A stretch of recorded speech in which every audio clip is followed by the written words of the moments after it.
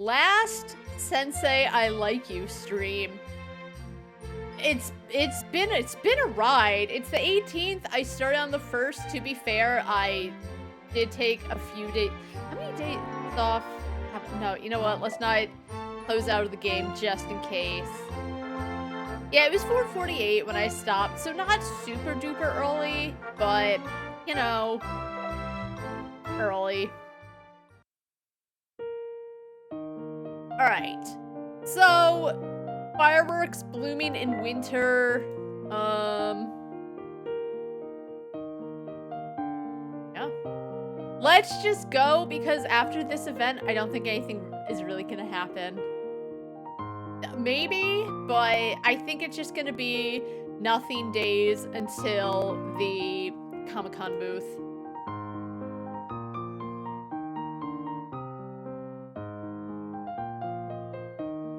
Oh, that's right. There's this issue I get because it started happening when I bought the next, like, not level up, but, like, I made the booth even bigger, and I keep getting this screen. And by the way, what an ugly screen. Because it's just, like, a big black box with 3 lines of text. They could have made it a little nicer looking. Shop 2 index is out of range, must be non-negative and less than the size of the collection. And I don't actually even know what that means. I know it has something to do with the booth, but I don't know what they're trying to tell me. Whatever. Oh, this, okay, so I thought it would be like a cutscene thing. It's a stupid, much anticipated Stardew Valley FanCon be held this winter. Everyone, let's spend the warmest moment of this one together. I don't know what's considered winter, because it's the end of November, and while that is technically, like, starting to get into winter, I don't think I would consider it winter yet. To be fair, though, I say that as someone who lives in an area where it can snow in October. But that said, I still don't consider the end of November winter. It starts leading into it, but not yet. Alright. Anyway, I guess we'll go so many booths.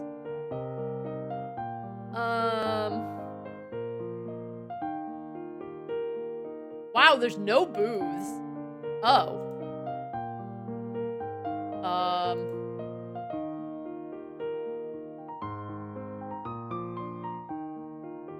Oh, this postcard's kind of funny. Bad couple crime, how dare you?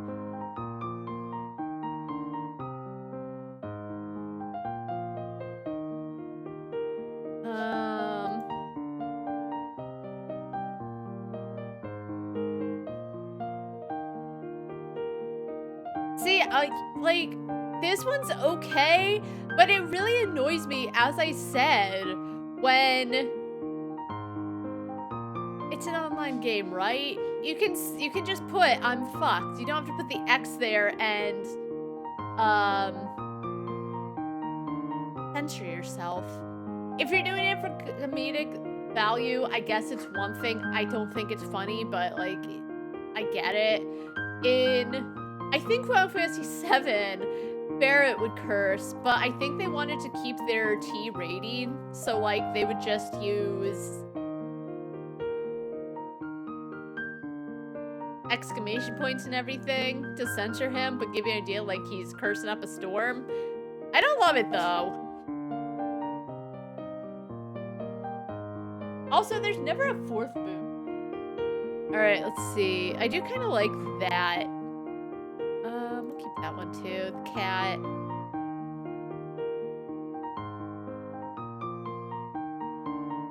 Why is that badge like...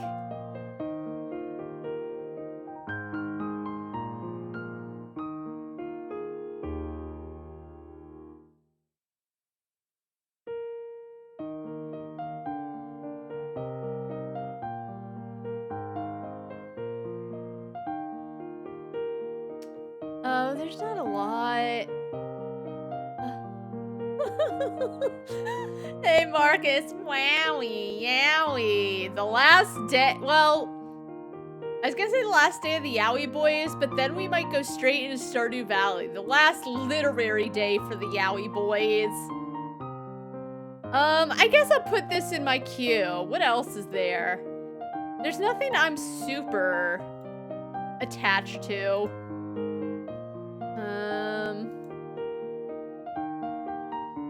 I guess we'll see about that. Okay, don't click finish. All right, let's go.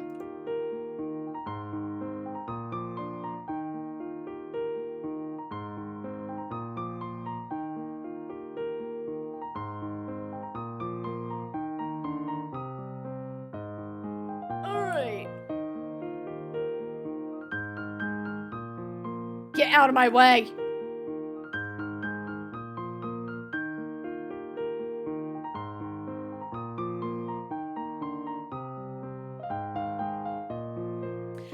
It still does feel odd to me that the very first time, and it's not just this mini game, but the mini game when you're at the booth and you're like handing off all the things to the people coming up, and they barely give you time to get used to the game or the mini game. So I'm glad that they've kind of calmed down a bit.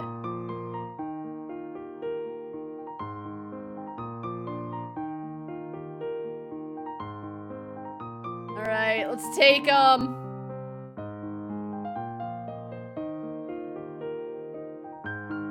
Are there any other booths? I think if there's like a bunch I didn't choose because I just didn't care. I think I got all of them. All right, let's finish. Bad cup, me. That's bad. Madam, please. I don't think I understand that one, but there was a cat. Bad couple crime. Jokes on this policeman. He's going to get shipped with, the captain. If he is in a Yowie fanfic, he's gonna be like that background character that suddenly is like, actually, I'm gay too. Come on, it's Yowie. All right, I think we got everything I want.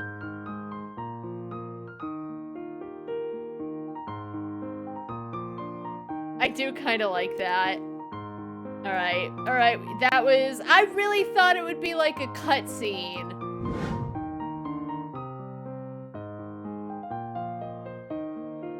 Also, it feels odd that you go to this Comic-Con, but then you still have the whole day.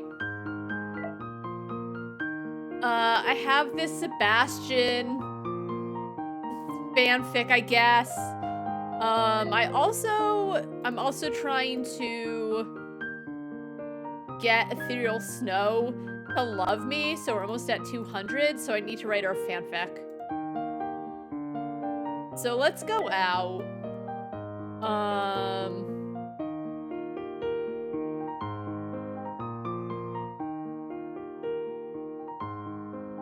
We're gonna try again for an Interstellar fanfic, even though a lot of the ones we've had have nothing to do with space.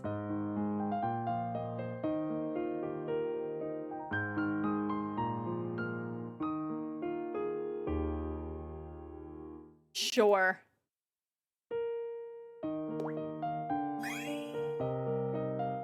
Okay, leave. You smell amazing. I think Elk would say that to Sebastian. Sebastian, you smell amazing.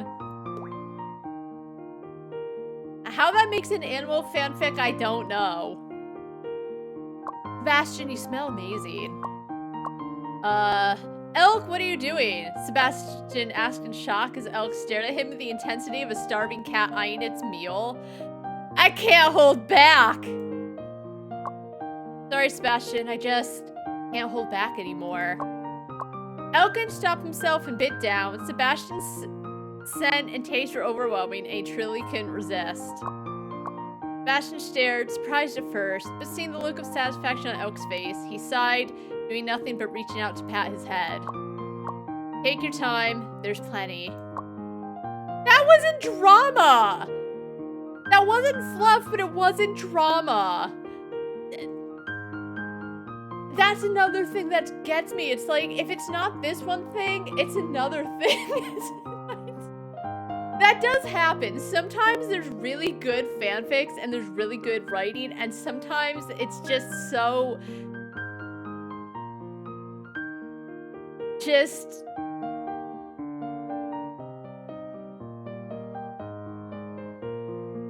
What fanfics do you like reading, Marcus?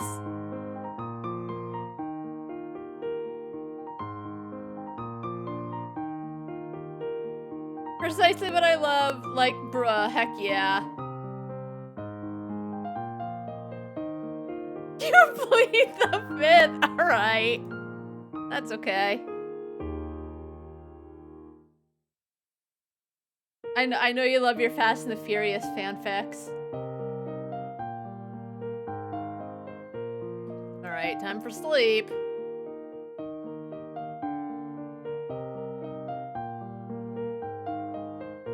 No one's buying my fanzines anymore. I wish they would leave me alone.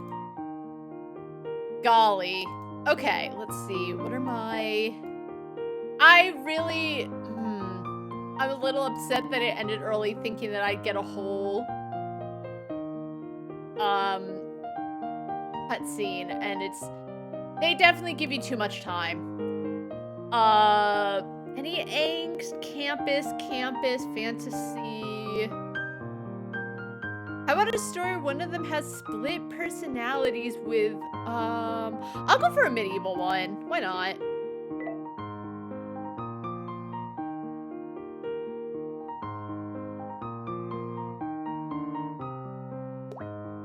Alright, medieval.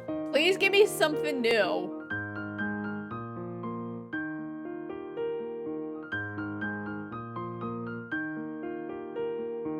Fast and the Furious Fest of Vicarious Vin Diesel would sue if he saw this. What could he sue for, though? You know, like...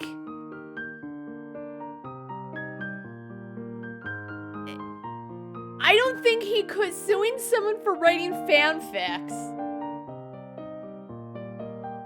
He probably would find a way. I guess we'll sue at the other part of that. It's something where, like, one of them starts a coup, becomes head of the kingdom. Alright, let's leave. Alright, let's... go. Alright, let's write it. Yet! Again, it starts with yet, but when it's the start of a fanfic and it's not, like, following a paragraph, it sounds awkward, and I don't want to use a backspace. Anyway, yet, there were already rumors spreading throughout the palace about a haunting. At night, sobbing could often be heard. Some said it was the spirit of the previous dynasty's emperor. Others whispered it was a brewing conspiracy. Yeah, I chose an option where, like, Sebastian started a coup, and instead of killing the old emperor, Elk, he, like, took him and kept him in his room and was like, I love you. I just did all of this so I could be with you forever. I regretted my choices. Because it was weird.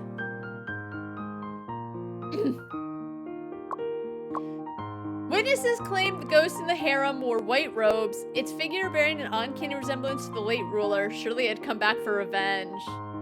It wasn't even Stockholm Syndrome, because Elk was definitely like, dude, let me free.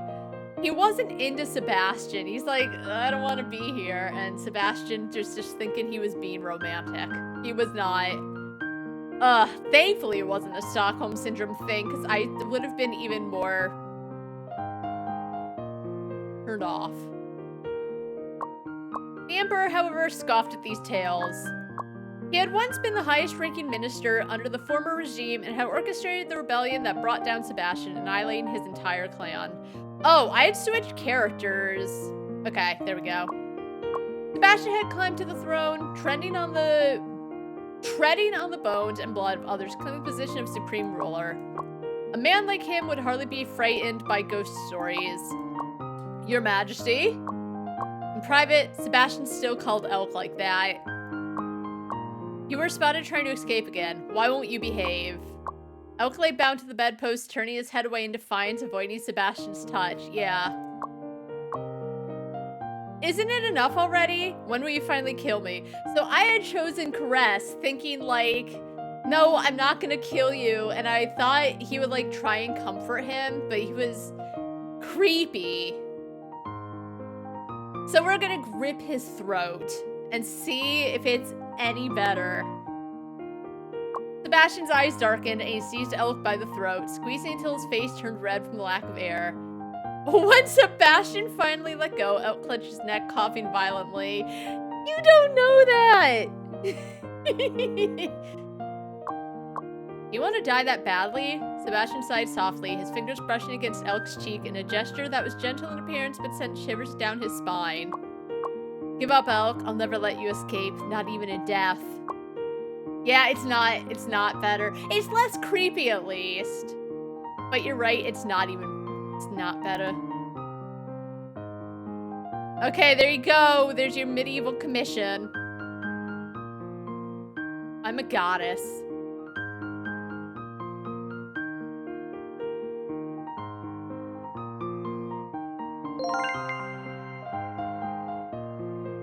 Alright, I gotta give one more thing to the love of my life, and then I'll get our infinity and beyond.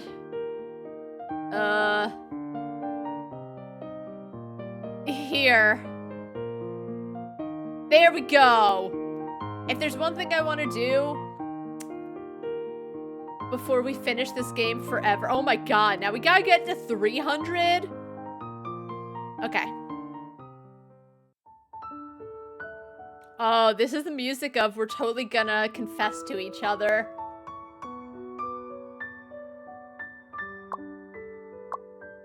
Something on your mind? Ethereal Snow Sensei, when did you get here? I arrived at the time we agreed upon, but when I walked in, I saw you lost in thought by the desk. I even waved my hand in front of you, but still, no response. Is something bothering you? Sorry, it's not something bothering me. If anything, it's actually something good. Haha! Oh god, here comes the ha-has because everyone is just always nervous. Something that puts that expression on your face must be really interesting. It really is something good. I just came up with a new idea for Seb Elk. Girl!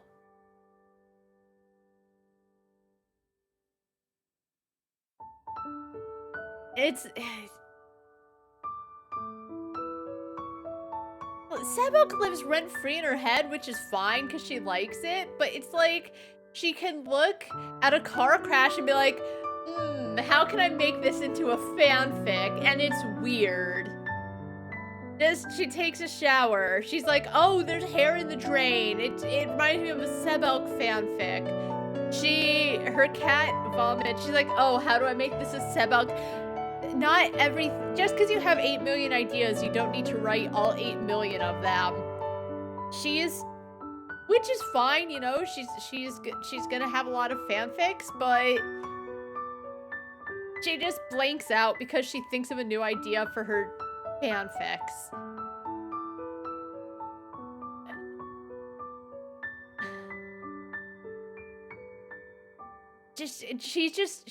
She has super reactions to literally everything.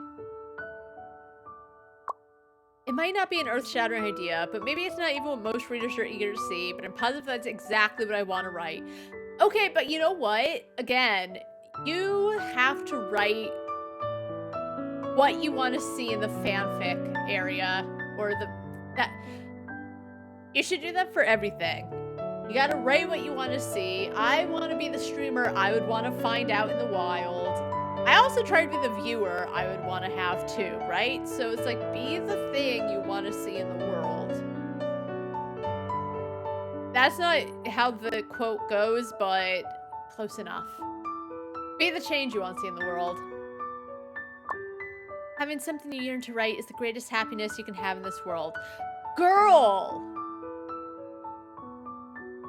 I don't think I mean, if it makes her happy, but I don't think it is the greatest happiness. But in this universe where fandom is everything, maybe it is the greatest happiness you can have in this world. Right? I think so too. Or rather, I've always thought that way.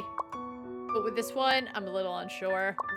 In order to do justice to the scenario, I'll have to write a longer piece. So what? She's the one who talks about writing like 5,000 words in a day sometimes.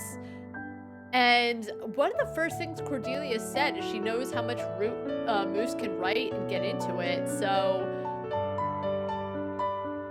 to be honest with you, I know I was saying yesterday or the other day, some people wait until if it's a multi-chapter fanfic, they'll wait until it's over because they don't want to run into a situation where they're really in a story, but it doesn't get ended.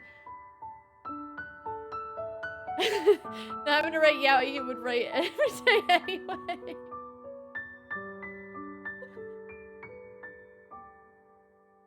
You don't understand.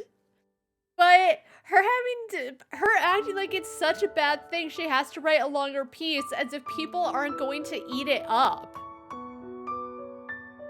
Sometimes I've written some good stories that are like actually very small, 200 to 300 words, and that's fine. But when you get into the longer pieces, it's more thought has been put, well, sometimes I've read from writers that write really well, but at the same time they write so much, which does add to it in a way, but at the same time it feels like it moves so slowly that it's almost agonizing to read because it feels like it moves at a snail's pace. There's a fine line between like writing enough to get an idea what's in the head, get an idea of what's happening, but then also writing so much that while you feel like you're in the story, you also feel like it's taken 6,000 words for someone to cross the street. There's a fine line. But I think it's good to write longer pieces because then you can... I don't think she's a slacker, but it's this odd thing where she starts by saying, I'm gonna write stories every single day. But it's like, are they such good stories if you're just constantly posting? Sometimes it's good when you let something cook and you let it stew. And yes, you can't go every day, but it also gives the fans something to look forward to. So people do like longer pieces because that means that there's more happening. Yes, it is different, one-shot versus a multi-chapter fanfic. The pacing is definitely different because with a multi-chapter fanfic, there's just like more time for things to happen, I guess. Don't know how to explain it better than that, but acting like people aren't gonna love reading a longer piece is just so... If people are looking for fanfic in the first place, they're not gonna care if it's like 9,000 words, as long as it's good. Like, I just said that sometimes there's a lot of words for not a lot to happen. But as I said, it's not that I didn't even enjoy that certain author. It's like, I got sick of absolutely nothing happening in those, like, 2,000 words. Or technically it'd be like a 6,000 word fic, but it just...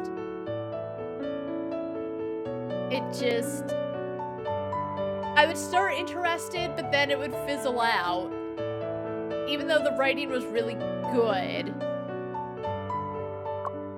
In the past, I've mostly written short and medium-length pieces. Right now, my control really only extends to medium-length works at most.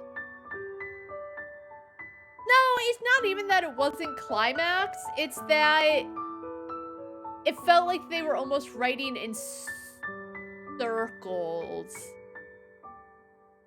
Like, I was saying the other day, it's good to have climax and then slowly go down to wrapping up with tying up any loose ends.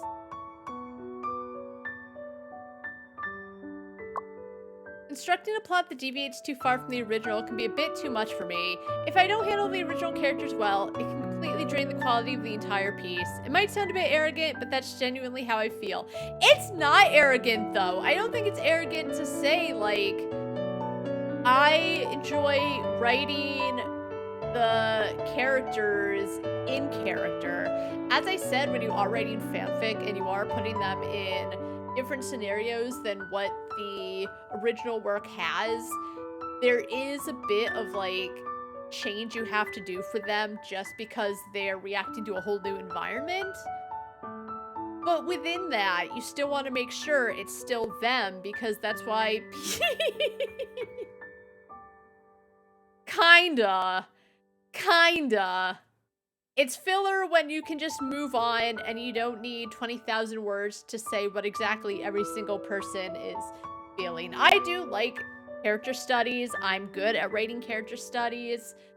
But within that, I still try to do it in a way where you get an idea of what they're thinking. But, you know, they're not just sitting there for half an hour doing nothing.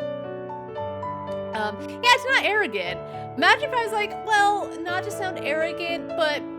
And people do tell me you do a great job of making the characters still fit in character. So it's not arrogant to want to take the time to write them well, because while some people do not mind if the characters are out of character, you want to handle it right. And yeah, doing something completely different in alternate universe that's completely different from the original works, it is way more work to almost build your own world, throw the characters in there, still kind of try and keep them it is a lot. To be honest, I don't necessarily always love when things are like too alternate, because I like seeing different ideas people come up with within the original canon world, I guess. I'm not sure if I have what it takes to write this long piece well. Rather than writing a poorly executed long piece, it'd be better to write a few quality medium or short stories that could bring more joy to fellow fans. I'm well aware of that fact. But there's something that you want to write, so you just have to write it no matter what, right? Yeah, it would be such a pity if this scenario isn't fully realized.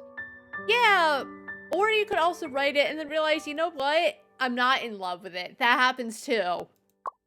Which is why I have a favor I'd like to ask of you, Ethereal Snow Sensei.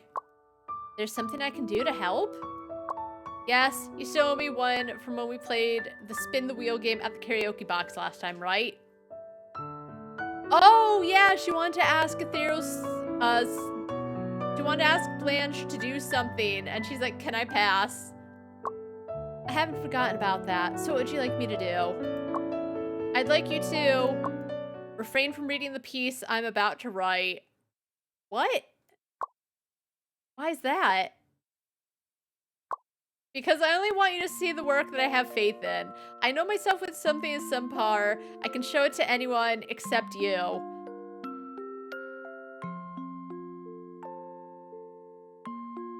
Stop!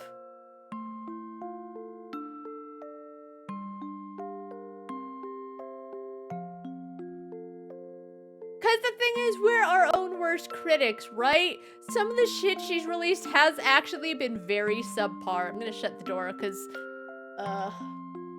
people are gonna be over soon and I don't want to hear them. I don't want them to hear me yelling at fictional characters. Hold on.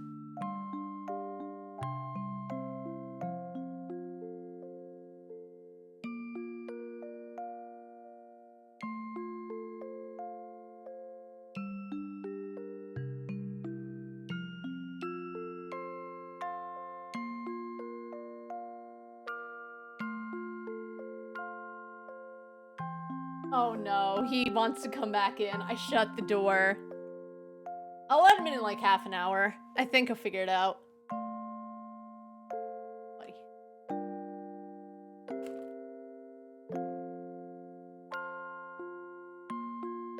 Also, if she doesn't have faith in what she's posting and she doesn't think well of it, why is she putting it out there in the first place? She's the kind of person where no matter what she writes, it's gonna be posted. I have so much shit. Not shit, but it's like stuff I've put my heart into, but then I'm like, I don't really love it. It's not the quality I want to put out, and yes, maybe I could do things like edit it better, but sometimes it's better to just move on, you know? And there's other things where you write something that isn't the best. You might not post it, but because you wrote that, you were able to move on, take some things, and then write something way better. So, I know what she's saying. She only wants Ethereal Sensei to see the best works and see the best sides of her. But it's kind of off that, like, if I post it, don't read it because it's gonna be subpar. If it's subpar, don't post it at all. You don't need to post anything. I think one of the things that honestly really upsets me about this game, it's very slight, but it's me, is when you don't post for a day and it's like, oh, TheMischievousMoose went on a hiatus, so her fanzines dropped. It's such an unrealistic thing. Like, if someone's been posting fanfics and they don't post for a year, I would consider that a hiatus. But it's like, no, you don't post for one day, they're on break. I was just doing other things. So, it's stuff like that that gets me sometimes. Big sigh and fanfic, right? Alright, I'm gonna let the dog in. If people hear me yelling at fictional characters, oh well. Loki's getting really intense.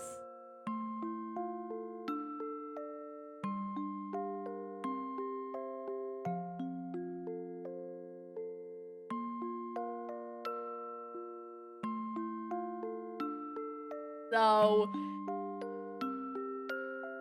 I mean, Blanche is going to go with it. She's going to be like, okay, but I don't think I like where Moose is trying to go with this. But, yeah, just posting something you don't have faith in, why bother then? And why am I the only one not allowed? Do I really have to say it out loud? It's because I feel like my writing is so lacking compared to yours. Okay, but even if it is, she likes what you write anyway. No two writers are going to be the same. Each writer has their own writing voice. Maybe sometimes you find some writers that have a similar style, and that's fine because that does happen, but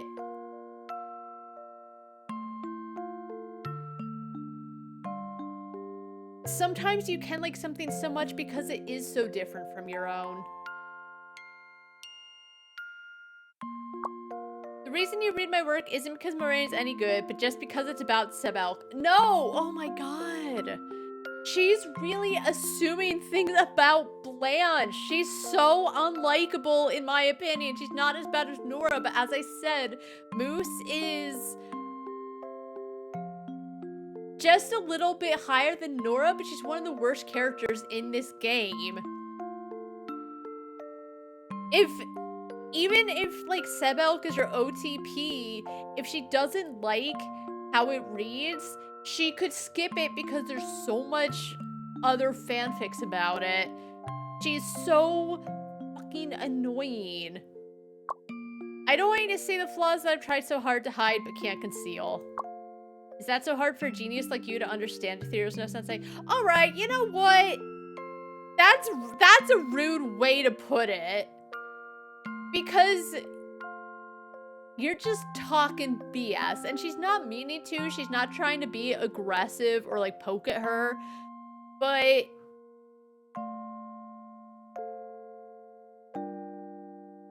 she's so stupid. I see. I think I understand what you mean. But I'm sorry, this is the one favor that I'd never do for you. But why not? Because it's a stupid reason. Do I really have to say it out loud? Because there's nothing else in this world I want to see more than your writing. I don't want to miss even a single punctuation mark, let alone an entire long piece. Even if I agree not to see it now, I won't be able to control myself when it comes out. So to avoid being a bad person who can't keep her promise, please come up with another task for me. But I'm gonna do a terrible job. Girl, if she's putting all of this on it right now before she's even started writing it, don't write it then. If you already think, okay, it's like a super serious alternate universe where the whole entire everything is different,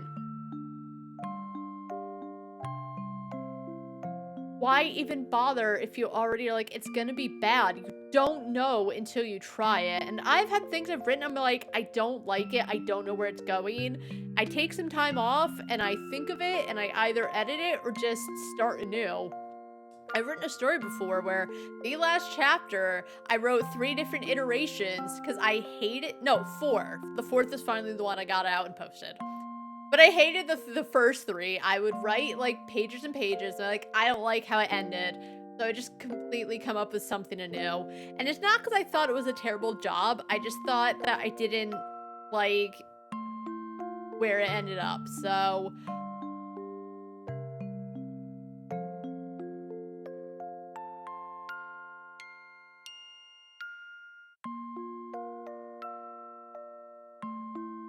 she hasn't even started and she's already shitting on it. Maybe you will, and some part of that piece may be really bad. But at least from my perspective, what determines the value of a piece isn't the rough or careless details, but rather what the author desperately wants to convey. No, you know why? Because I do think that what the author wants to convey is important, but sometimes the execution is real shit. And I've talked about that before, where I've definitely read stuff where what they want to convey is really interesting, but how they go about it is not a good job. So, at the end of it, yes, there is value in what the author's trying to do, but a fit can also be brought down by the fact that it's just not handled that well. As long as you can present what you truly want to write in an appealing way, even if the other parts are handled clumsily, to the readers, it feels like traversing a bumpy mountain path, ultimately leading them to a beautiful sunset.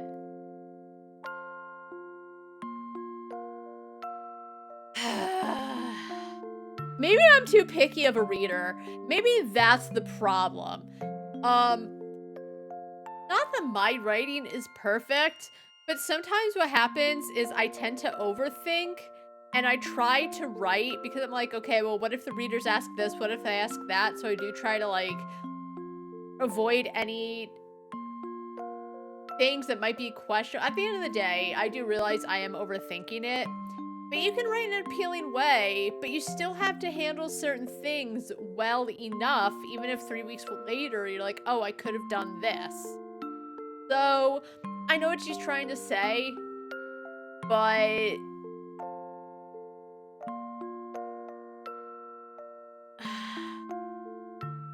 there's many moving parts. And I know she's trying to alleviate Moose and her stress and how she feels. But it's not all just what the author wants to convey. Otherwise, there would not be a bad fanfic in the world.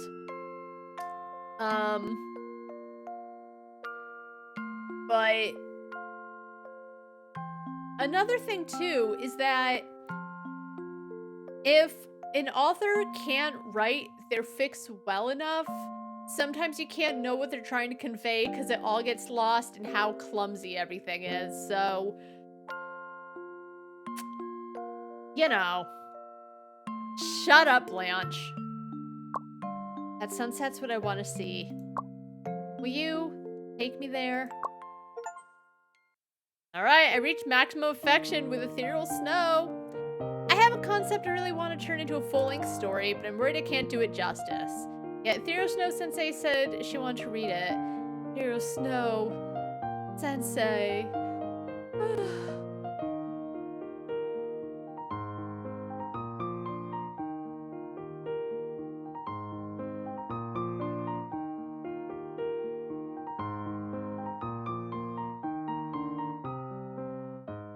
Oh! Finally! Holy shit! CT is almost here. Zawa! Zawa, even you? Have you seen the layout of the event? Huh? Has the layout been released? Where are we? Where's the rival ship? Are we back to back or face to face? Is there a buffer zone between us? I still want to know, is the rival ship like Sam/Shane? What's the rival ship? Elliot and Alex? Gus and Linus? Who cares? Why?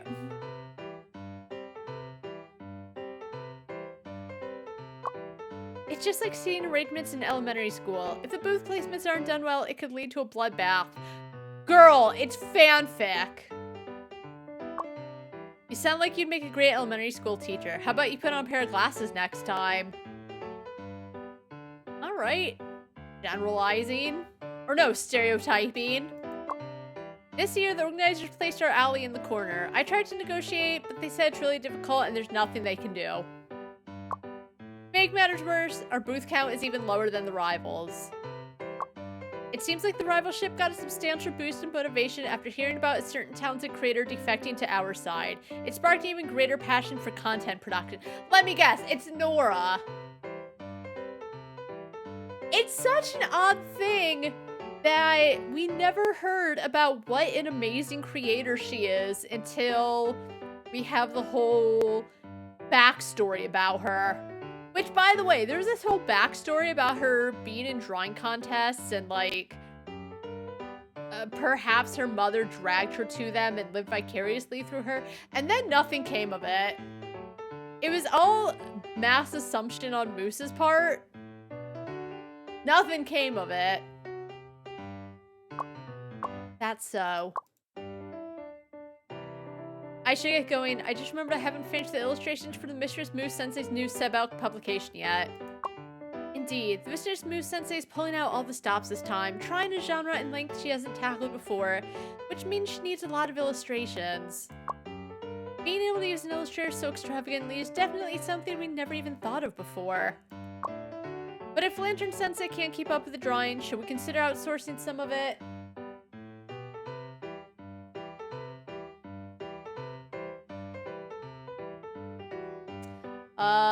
We're a bit tight on time, but if we throw in some money, we can still make it work.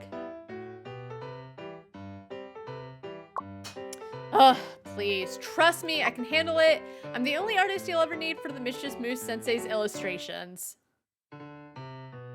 See, now that, maybe it's confidence, but that also sounds arrogant as opposed to like, oh, I'm writing for an alternate universe and I want to keep the characters well written, which is an arrogance. That's so. TheMischievousMoose Sensei is probably busy working on her drafts right now, but let me thank you on her behalf.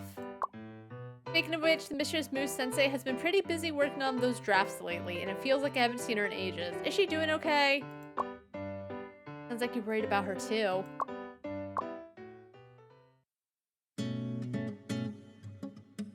I've been incredibly busy with work lately, but I'm glad I was still able to read your updates. I also had a chance to preview the new publication that's set to be released for CT. I really liked it. Thank you. Writer's block? Ugh! How could you tell? You must really be a goddess after all. If she's a writer too, she would understand. No, forget I said anything. How hard could it be to figure that out?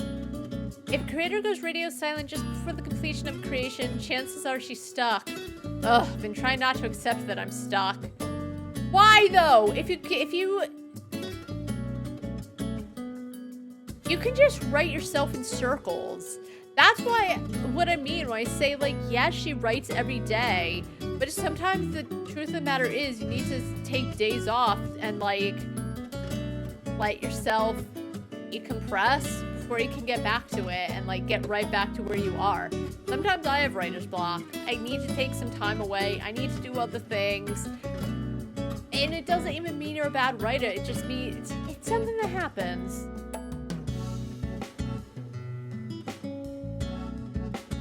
I thought as long as I kept from uttering the word stuck out loud, then it wouldn't be true. I feel like doing that would keep me from actually hitting writer's block. That makes it worse. You burn yourself out. It's not that I can't write. I'm just procrastinating. But I wasn't expecting it to be so obvious. This is what I mean. Sometimes they'll just send quick sentences and they'll send like 1,000,000 of them. I wasn't expecting it to be so obvious. I mean, I've experienced writer's block before. It's never been this bad. Why does it have to happen now of all times? Just before CT, which matters most. Please don't put too much pressure on yourself. What I like is writing from you, not just one writing of yours. It's fine if you release old works that you've already published. I've always wanted to collect them anyway. I'll buy them too. Wah. Ah. I'm sorry, but I've got a meeting to attend. Head pat. It'll be okay. Just don't push yourself too hard. I can't really empathize with how you're feeling, with what you're feeling right now, since I don't know what it feels like to be stuck. Jesus, why did she have to go for the jugular? She could have just said, don't push yourself too hard. No, I've never been stuck. That sounds like real bullshit. Golly. Blanche. Especially considering that Moose looks up to her so much. Then saying, I don't know what it feels like to be stuck, just feels like throwing gasoline on her. Yikes. That feels oddly cold. Don't know what it feels like to be stuck, huh? Sounds like something a genius like her would say. TheMischievousMoose Sensei, it's totally fine if you just release a collection of your previous works for the CT fanzine. Everyone will definitely buy it in droves. You already heard. It was easy to put 2 plus 2 together. The usually quiet ethereal Snow Sensei suddenly came and asked me about something. What would happen if someone re-released a fanzine? And I've been organizing this for years after all, so it wasn't hard for me to figure out certain things just by looking at the— Can you stop? Oh my god, can you— I can barely keep up with it.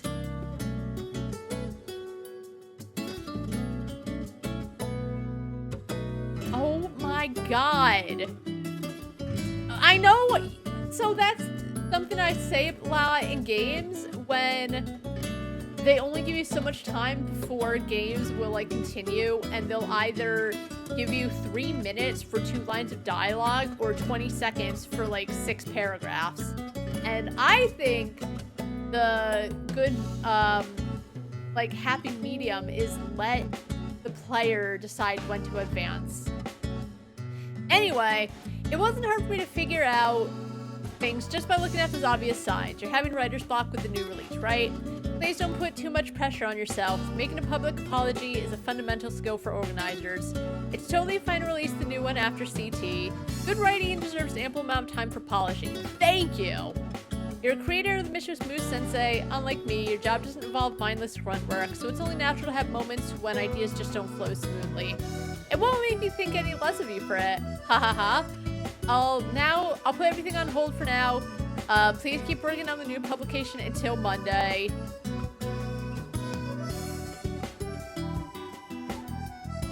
And then Chinese. Something about Wraith Lantern. So relax, relax, I've got you covered. Thank you. You just focus on your writing. I think the devs are Chinese. It might be Japanese because there's like hiragana, there's katakana, and then there's one more I forgot. So it could be, but I think it doesn't matter. You just focus on your writing. Lovia has become really dependable after all these years. But even though I can escape the pain of writer's block for now, maybe even slack off a bit, why am I still feeling so down? That's great to hear. I was worried about not being able to finish the illustration in time. If you opt for a reprint now, that would make things a lot easier on my end too. I'm sorry for creating so much work for you. I'm your one and only illustrator.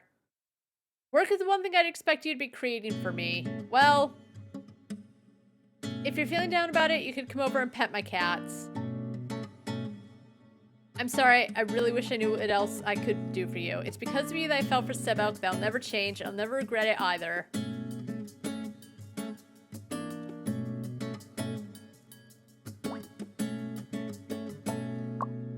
Why is everyone being so kind to me? Cause I mean, A, they like you and you're their friend and they know you're really suffering, even though I'll be real. Other than that whole back and forth between her and Ethereal Snow, which is up to the player to have that cutscene, I don't think I would have guessed that she had writer's block if the game didn't specifically say. There's like nothing that hinted at it. To be fair though, if I went to a bunch of different areas and got the same fanfics over and over, because I've written 10 in every genre, I guess I'd have writer's block too. Even though I'm already... Excuse me, is Moose here? It was a moment ago, but she just left. Did you say where she was going? Not sure, but I think she was headed that way. This should be it. I wonder where she could have gone. Found you. Oh, it's you. Seems slightly disappointed. Are you unhappy to see me? No, not at all, and I'm certainly not disappointed. As long as you're not disappointed in me, that's all I'm hoping for. Why would I be disappointed in you? Because you're my reader, Cora. If I can't write, then I'm worthless to you, right? This is so... Girl! If this was the beginning of the game, when they were still becoming friends, and they were still, like, grappling with, are we close friends, or are we just reader and writer? That was, like, a whole thing at the beginning. And yes, it's only been about 3 months, but the fact that she's still on about it when they're clearly close is just rehashing shit that we've already gotten past. Everyone has self-doubt, right? But, like, it's never ending with Moose. They can go through it and come to good places, then she's right back to the drama because of course she is. It's just... It's not even self-deprecation, which sometimes can be funny. Not that she's trying to be funny, but it just gets to a point where it's like, girl, we've been through this like 20 times with every single character. Yes, there can still be lingering doubts even when people tell you a thing. But it's just always the same. I simply can't write anymore, really. Even if I stare at the computer all day, I just can't develop the story of Sebelk any further. Isn't it funny? The outline for the next part was something we brainstormed together. And yet, even though it's a completely natural progression of the story, I just can't write it. What seems like just a step away feels like a distant shore when I actually try to put it down on paper. I wrote 500 words as if my life depended on it, and then I just deleted them. Then I wrote another 500 words, and I deleted those too. It simply wasn't Sebelk at all. It failed to capture their unique charm. It felt like it was written by a different author. I've also been keeping an eye on the updates and the tags, feeling jealous of every author who can genuinely love Sebelk and express that love. I look back at my old works and the comments I received, but those pieces feel nothing like what I would write now. The comments seem like they were meant for someone else. Yeah, it's called You've Become a Better Writer. Sometimes I look at my old writings, which is like so far from my writing now, and I'm happy I wrote it because I think without it, I couldn't have like evolved and gotten better. But that's what happens. You get better as a writer. Like, she came to a conclusion, like, I need to write better because she took the critiques she was receiving and didn't take them personally. She looked at them like, yeah, I could become a better writer. But I think the problem is that she keeps talking about, like, she has these ideas, but what if the fans don't like it? And if you write more for the readers rather than yourself, then yeah, it's not going to seem like it's genuinely for you. It seems more like I got to get slop over to them. So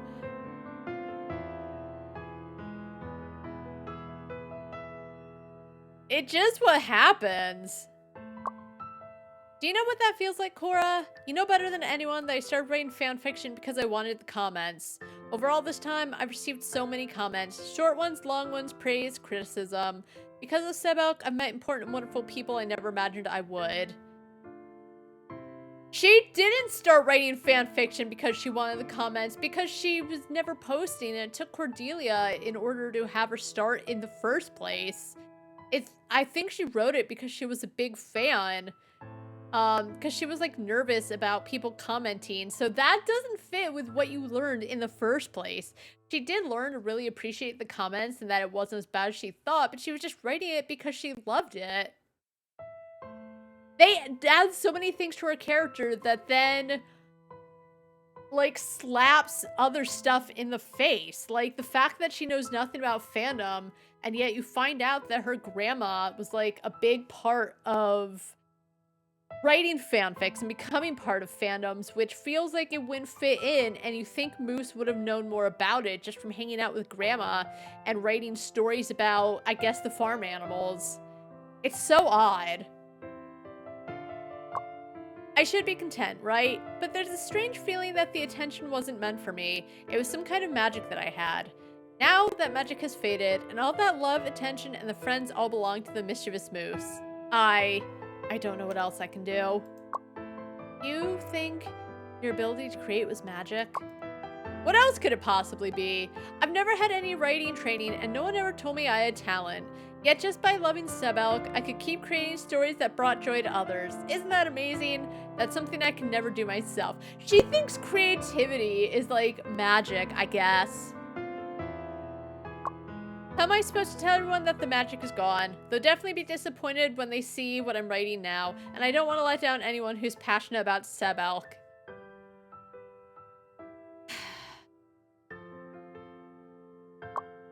Show it to me. No way, it's really terrible.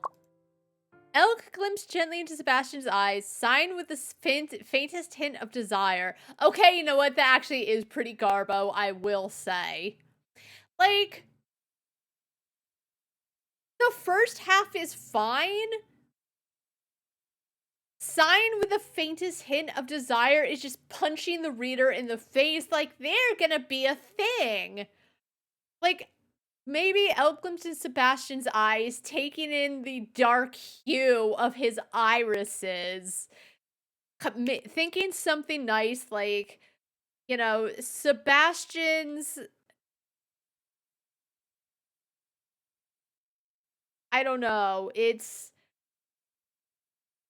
maybe like taking in something about Sebastian, but not being like, Elk really wanted him badly, because I think in writing something a bit different, the reader can realize that the reason he's looking so deeply at Sebastian is because he does like him, and just like he likes looking at him adoringly. Whoa. Huh, looks like you still remember that line. The fact that you even remember it frightens me a little. It is pretty cliche, to be honest with you, so it's not hard to forget. I'll never forget the very day I fell in love with Sebelk. I remember you weren't satisfied with that piece either, which is why you hid it away on your hard drive. I often think of oh my god. I often think of fanfiction as something magical. It exists in a pitch black vacuum, dull and lifeless, but once life is breathed into it, it transforms into something incredibly radiant. He's so cute. That's why I was really upset Moose was saying like Nora's so cute, because Cordelia is like the cutest. Maybe that's the magic you were thinking about. When it's just lying in your own documents, unseen by anyone, it's really just text without the magic. Just your own ramblings and fantasies. No, it's still the same. It's just no one could look at it and be like, whoa, you did an amazing job. It's magic whether anyone sees it or not, Cordelia. That's... These girls are really annoying. But the magic of fanfiction only happens in the very moment it's seen by the reader's eyes. Like, in a way, I do understand that you, like, have this really great piece, but no one else can share in it. But to say it's not magical because no one else can read it is such bullshit. As I said, like, there's a bunch of stuff I've written that I never posted because it's just... I decide, like, yes, I wrote something good, but at the same time, it's just, like, not at a quality where I feel good enough to post it. Not because I think it, like, I'm a bad writer, but just, you don't post everything. But it does still spark something else And so that sometimes is the magic. And her be like, oh, well, the magic's gone without the reader is so... I feel like it could make Moose, who doubts literally everything, feel worse about it and feel more like she has to write something and get it out into the world because without anyone else seeing it, the magic is gone.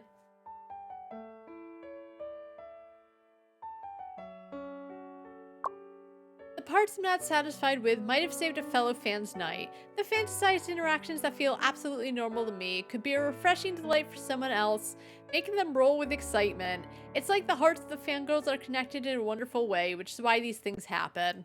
But none of these possibilities will ever come to life if the readers never get to see it. So, show it to me.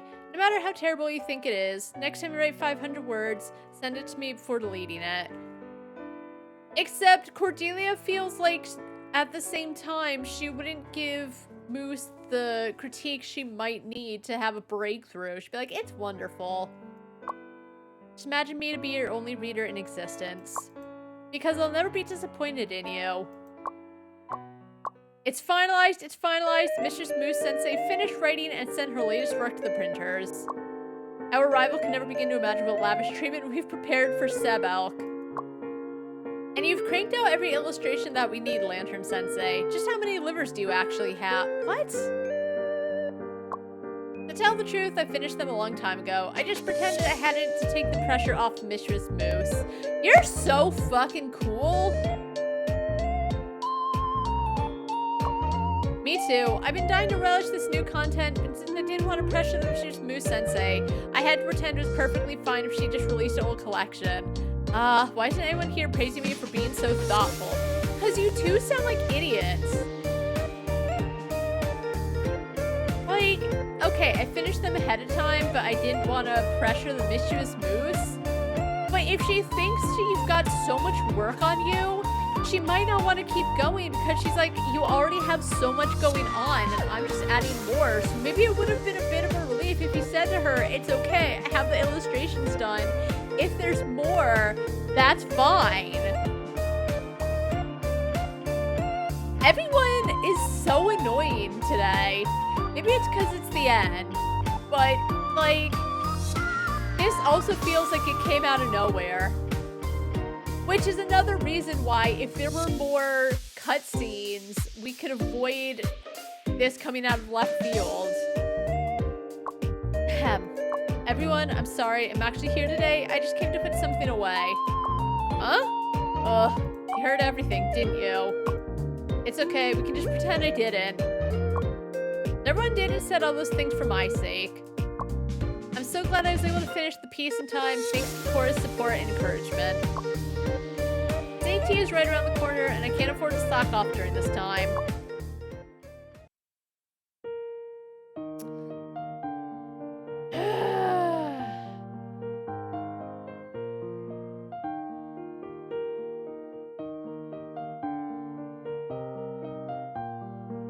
Is it bad if I just keep sleeping to get it over with? I wish you could just pass full-ass days.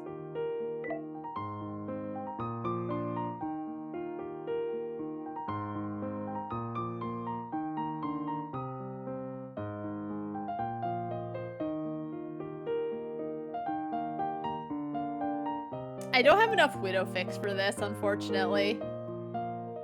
Alright, that's fine. I actually have enough.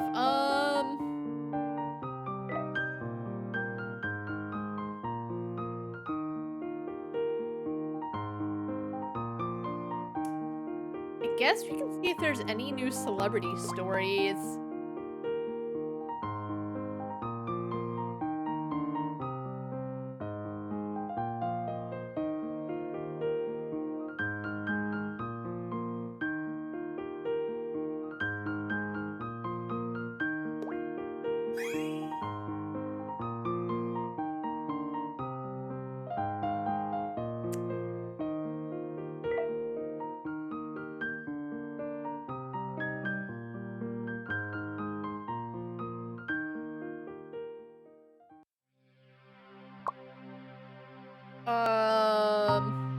I guess we'll do willpower and money.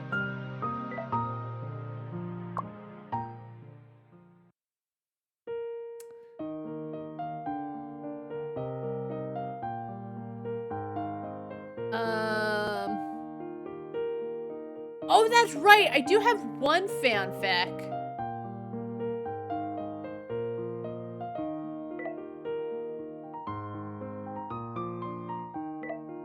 Oh, what's in my inbox? Oh, right.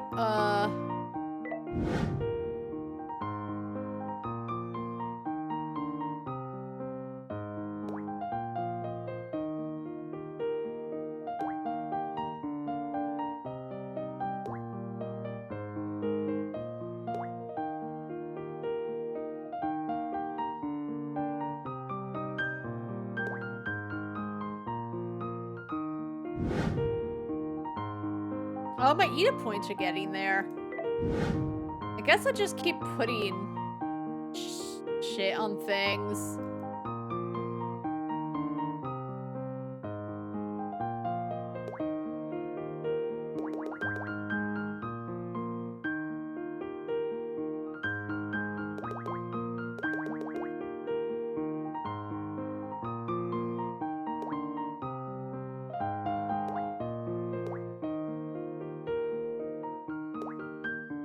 Because you can just like click and put things on there and it's fine. Alright, so that actually means I can upgrade the mall.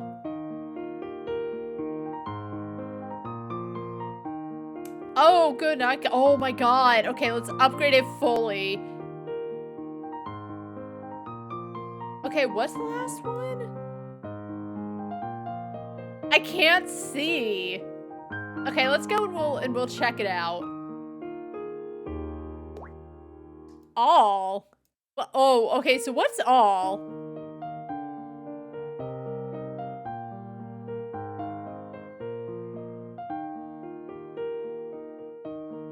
Alright, we'll do this chat fic and the funny. Because it feels like if it's all, I can just, like, hopefully get more fics. Okay. Yes. Let's write it. Sebastian and Elk encounter a robber during their adventure. We can't solve this problem with some innovative... Oh, we can solve this problem with some innovative methods. Your innovative method is to give him money. That's not that funny! That's so stupid. Hey, buddy. No.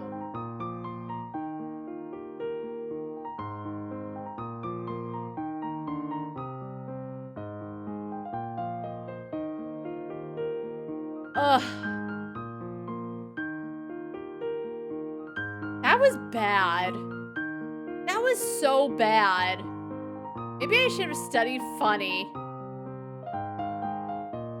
Everyone's speechless? Is it because it's so bad they're speechless? Yikes.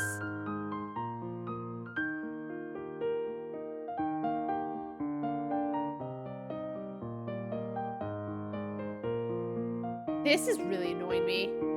Alright, rhymes and fluff. Oh, I can level up the cinema. Ooh, drama. Upgrade. I need 50 angst stories. Someone did want a crime and fluff.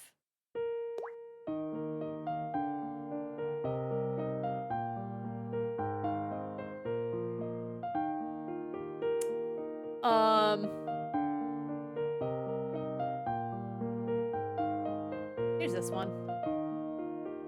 Let's oh my god, that takes, alright, we can study, and then we can actually get creativity back by wandering around.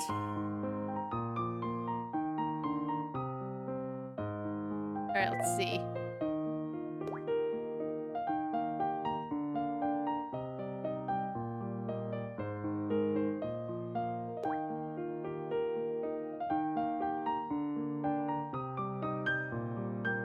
Sebastian kicked open the door with agility, only to find the dimly lit room empty. Before he had a chance to process the oddity of the situation, he felt the cold barrel of a gun pressed against the back of his head. Hands up, turn around. The voice behind him was lowered deliberately. Sebastian found the voice oddly familiar. When he complied and turned around, both froze in place. Sebastian? Sebastian could hardly believe he was seeing Elk here. His former partner from the academy, his friend and rival.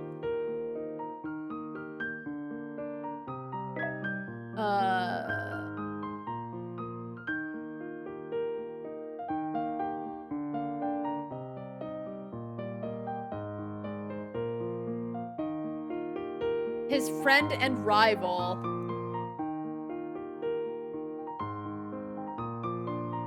And the man that had taken over so many of the Bastion's thoughts. They trained together, sparred together, ran laps in the training grounds, and under the New Year's stars, vowed to become the best police officers they could be. But if he was shocked, Elk was even more stunned. He and his team had been lying in wait for a full week, meticulously preparing for this day, covering every possible contingency to catch the elusive killer. Yet nothing could have prepared him for the fact the murderer with countless lives on his hands, the one who'd caused all this trouble, was none other than Sebastian, who had vanished without a trace after dropping out of the academy.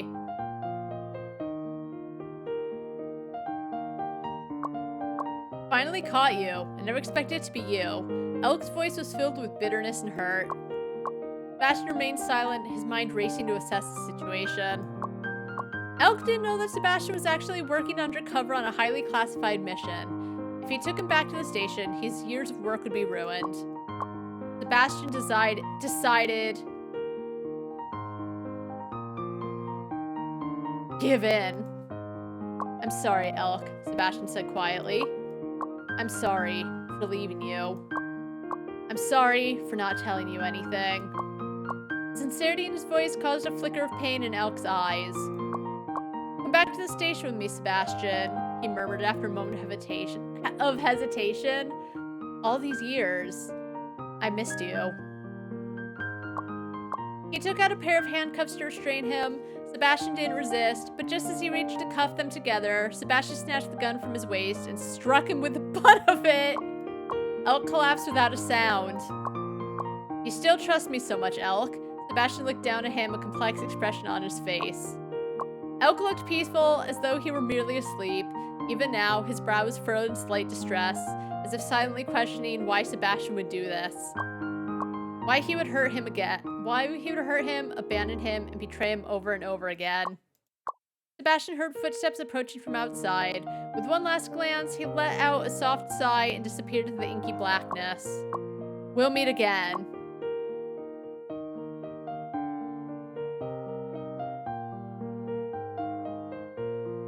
Close enough. It's fine.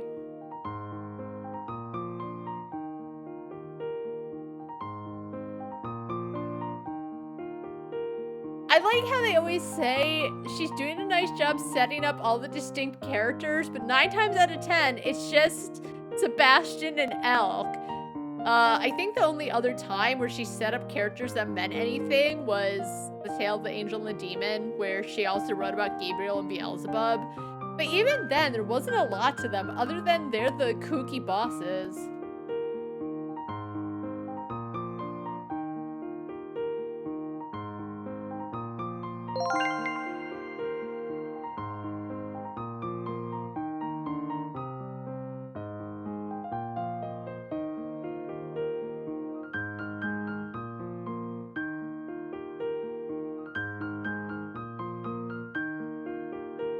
I'm really upset that no one's buying my fanzines anymore.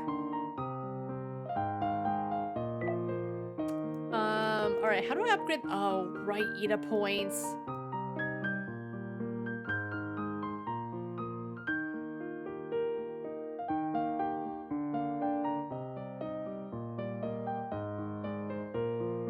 I wonder if, can I buy anything from like eBay? I don't have a lot of money is the problem because no one's buying my fanzines.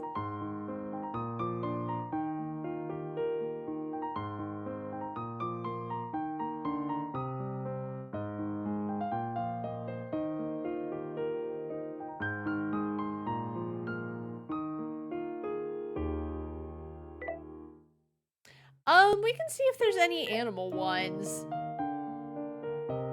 Oh, yeah, the cat cafe.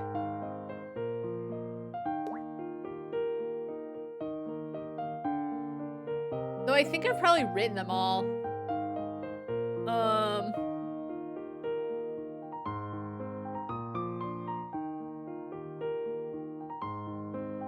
Guess the only one we haven't done is like this one. I want to do the other one, honestly. All right, hold on.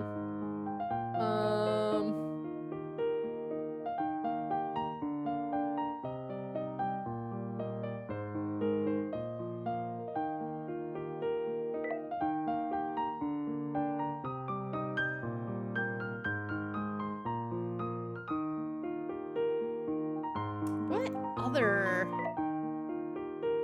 medieval celebrity? I can see if there's any new celebrity things, but I don't. Because every time I go to do it, it's like always stuff I've written already. Yeah. I still don't know what idea points do. I guess we'll study some drama.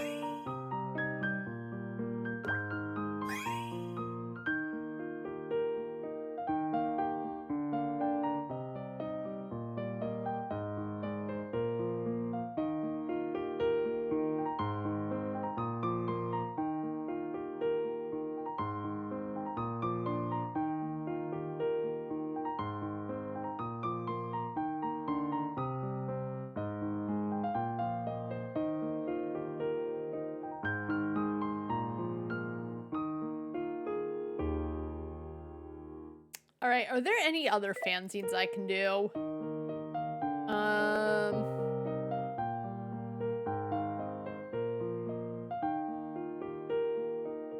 Make sure I have enough hurt comfort. Although I might actually not have enough hurt comfort.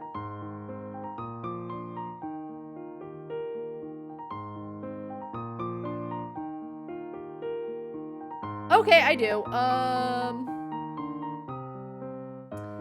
Let's see. Angel's Gift.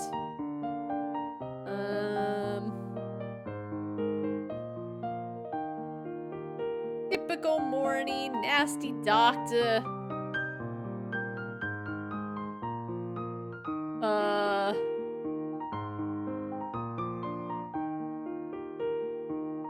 An assignment.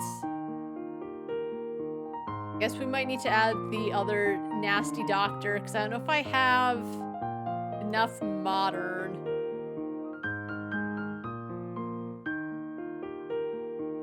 Christmas wish, reunion.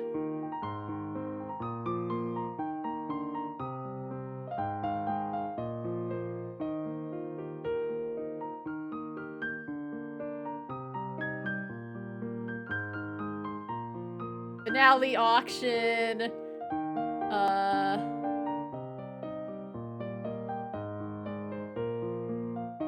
Okay, the Tale of an Angel and Demon I don't want to do because I like adding all of it. What else do I want to put in there? The 10-year gamble. Battle Royale. Staken, whatever. Dual cultivation. Oh no, I'm surrounded by elks.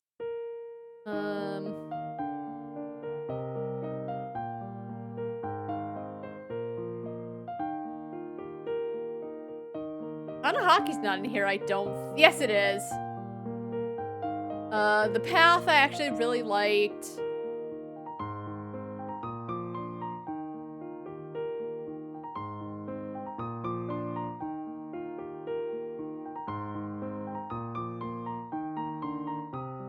No workplace, whatever.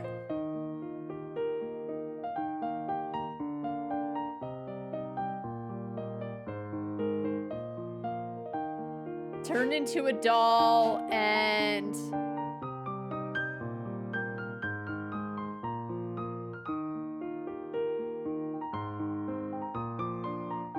Sure, abandoned doll. Confirm printing. That'll get some money.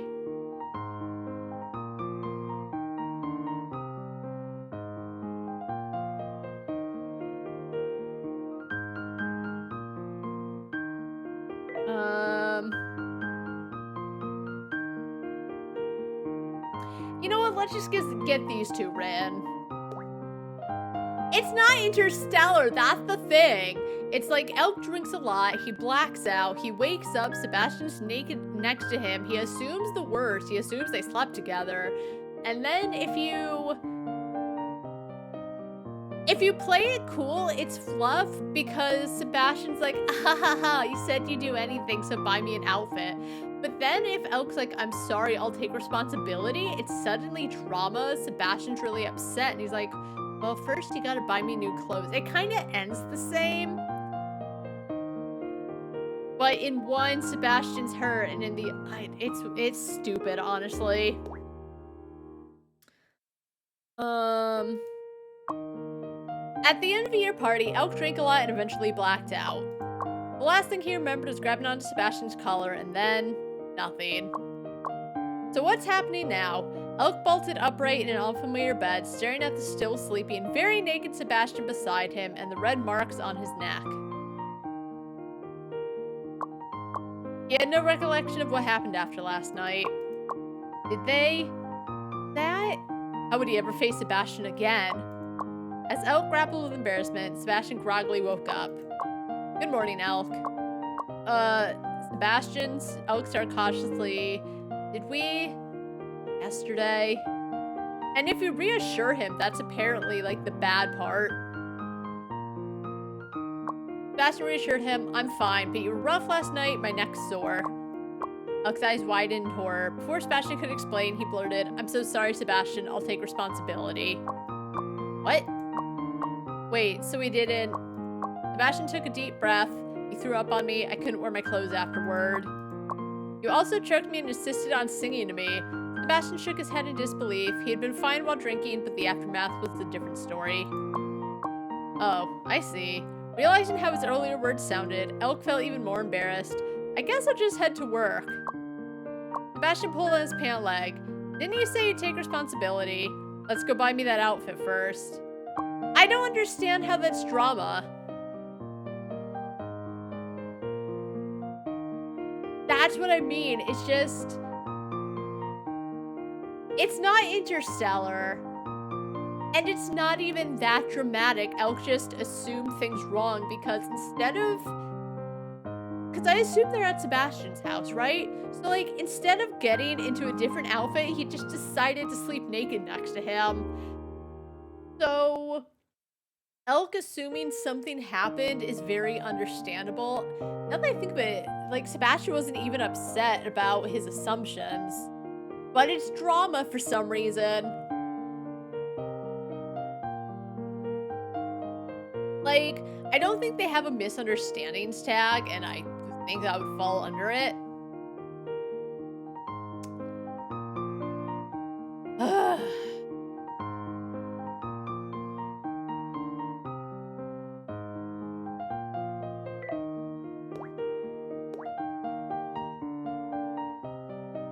And we're gonna do the angst ending because we already did the other ending. On the way home from school every day, Elk would take a detour to feed the stray cats. One small cat was particularly affectionate, rubbing against his legs and nestling into his arms. Elk adored it, bringing food rain or shine. One day while watching it eat, Elk murmured, "If only you could stay with me forever." Kitten looked up with wide, shining eyes and let out a soft meow. Next day, the cat was nowhere to be found. Elk thought it was just asleep, but after several days, it still hadn't returned.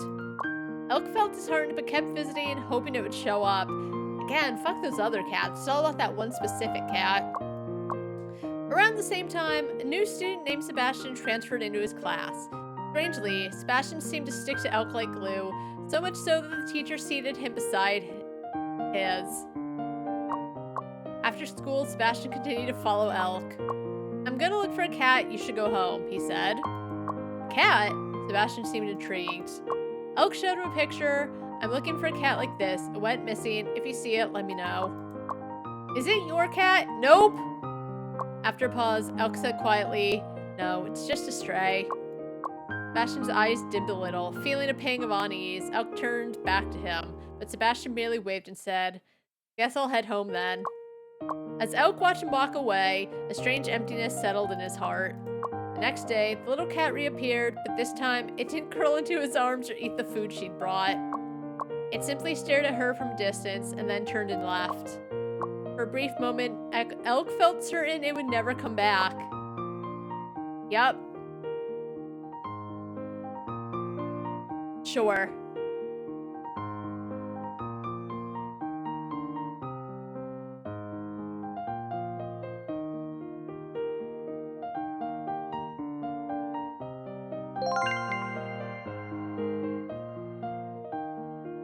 Oh, okay.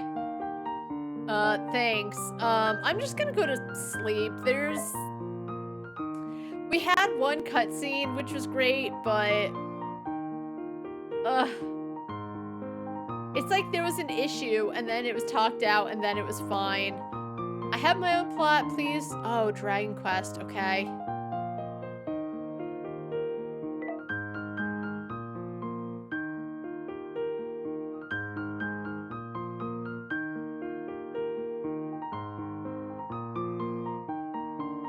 Here.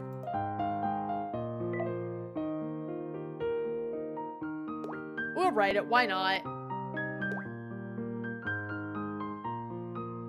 Oh, nope. The brave warrior Sebastian set out on an adventure to challenge the wicked dragon Elk. The dragon Elk breathed fire at Sebastian, but Sebastian swiftly dodged it and rode on the dragon's back. They battled for 3 days and 3 nights, and in the end, the warrior emerged victorious over the dragon, with the sword placed horizontally across the dragon's neck. Sebastian said, release the...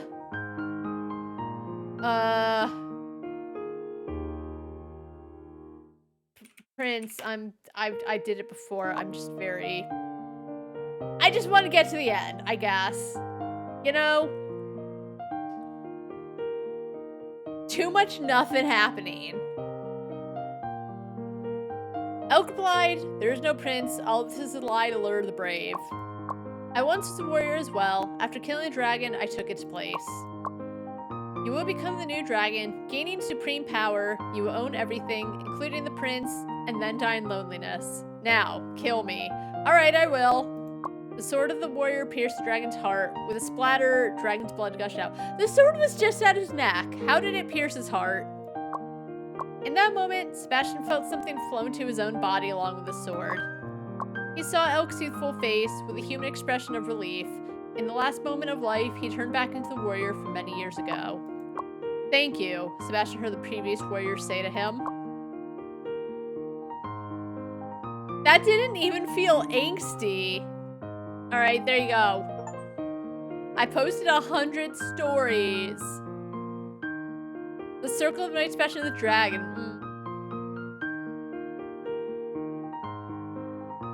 Okay.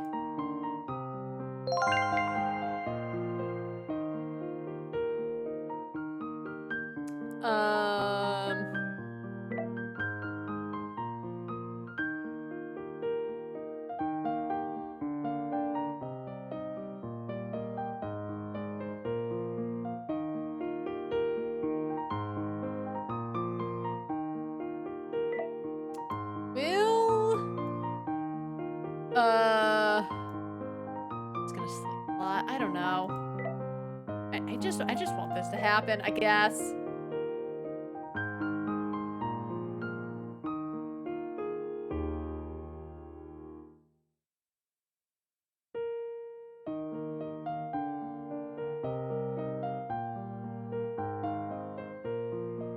I'm not gonna, oh my god, all these poor people.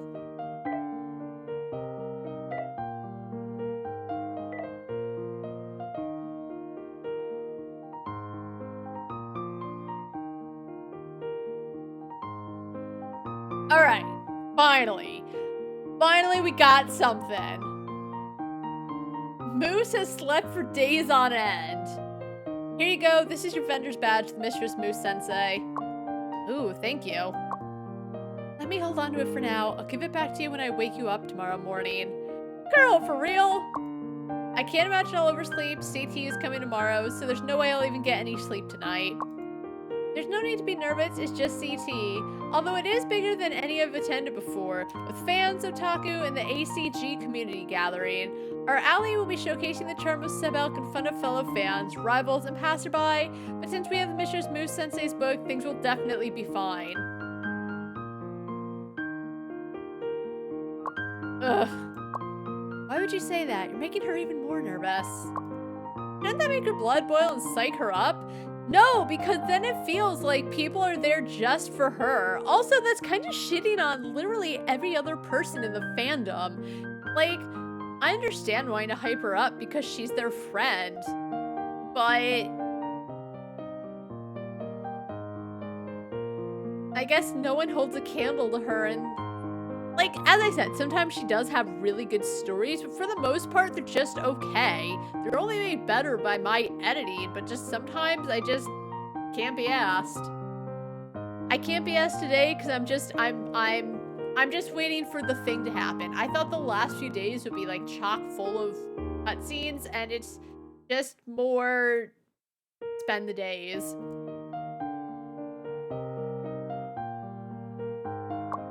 It's really hard to deal with people who use those kinds of phrases in real life, but don't you worry, TheMischievousMoose Sensei. I'll always be here for you.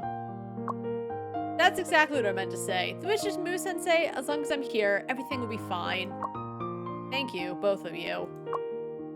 That's a lot of people. Huh? Where? Our rivals alley has so many people setting up their booths. Just to be clear, when you say rival, you mean the rivalship for Sebelk, right? Of course. I just wasn't born in the Sebelk ship like you all were. I'm just yanking your chain. By the way, I really like the illustration you posted last week. It perfectly captured the mood of the scene for TheMischievousMoose's update. So are we gonna get to see this update? Because they keep talking about it. Like, apparently she got writer's block for the first time ever, even though she's written like 100 fanfics.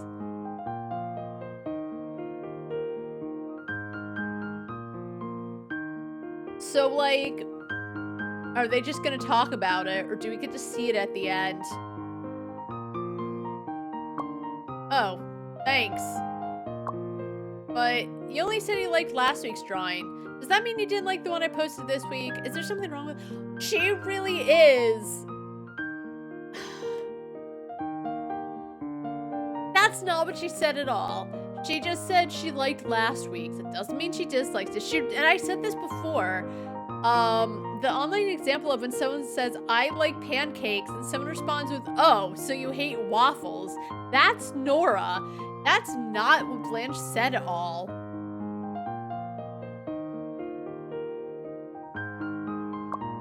I wasn't expecting the conversation to get this heavy. It's not even heavy. Nora's just a pain in the ass.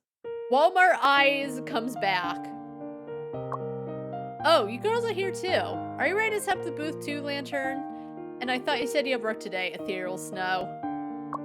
I took some time off in advance. I figured if I only asked for time off during CT, my coworkers might figure out I'm a fangirl. So I decided to use all my vacation days at once. If anyone asks, I'll just say I went abroad for vacation.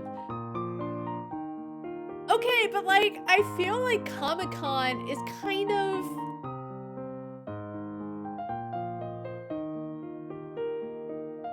I mean, super nerds go into it, but I also feel like in some ways, like, even normies can enjoy Comic-Con because there's so much, right? So, Amanda and Neil, two of her coworkers, already know because they talked about it, but even if they figure out she's a fangirl, it's never affected her work. She's never gone off about it, and it's like the worst thing that can happen is people are like, oh, you write fanfics, which, while it might be embarrassing at the time, I like writing. Just fanfic is writing, but for something specific. So... I feel like it's not that weird to take time off for Comic-Con.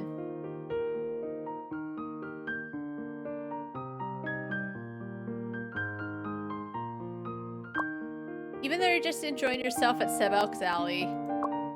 Well, this is the spot with the highest concentration of Sebelk in the world. It's the culmination of everyone's hard work over the past 3 months. It wouldn't be an exaggeration to call it the Kingdom of Sebelk. And since I snuck into the Kingdom of Sebelk, I should be able to get married to someone of the same sex, right? Is she saying that because it's a yaoi pairing? I'm curious what she says. First of all, Nora, you live in a universe where men barely exist. Secondly, I'm curious what she says if your ship is a straight ship. Or does she say that no matter what? Because as I said, this game has been all Yuri bait. Huh? Huh? I mean, it's nothing. Please forget what I just said. Anyway.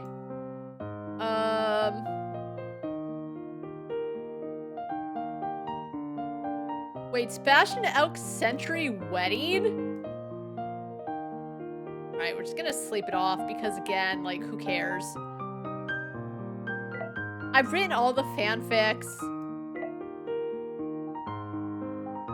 Maybe I should have saved. Oh, well.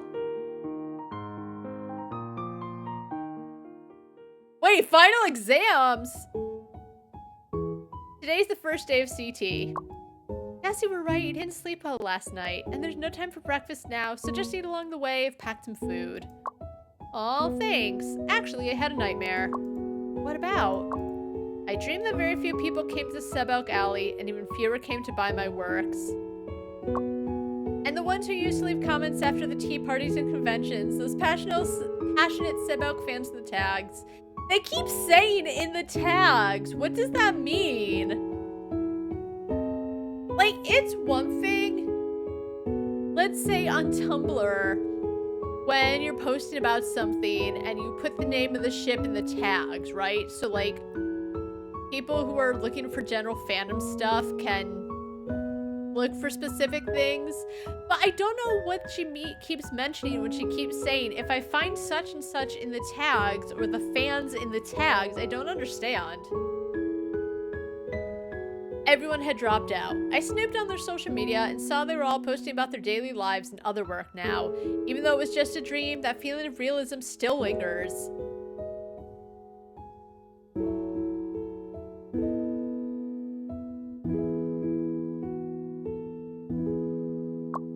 If that really happens, what should I do? Give me a moment to think about that. If things really turn out like that, would it affect how I feel about Sebelk? I will be real. If she absolutely starts disliking a ship because everyone else moved on with it,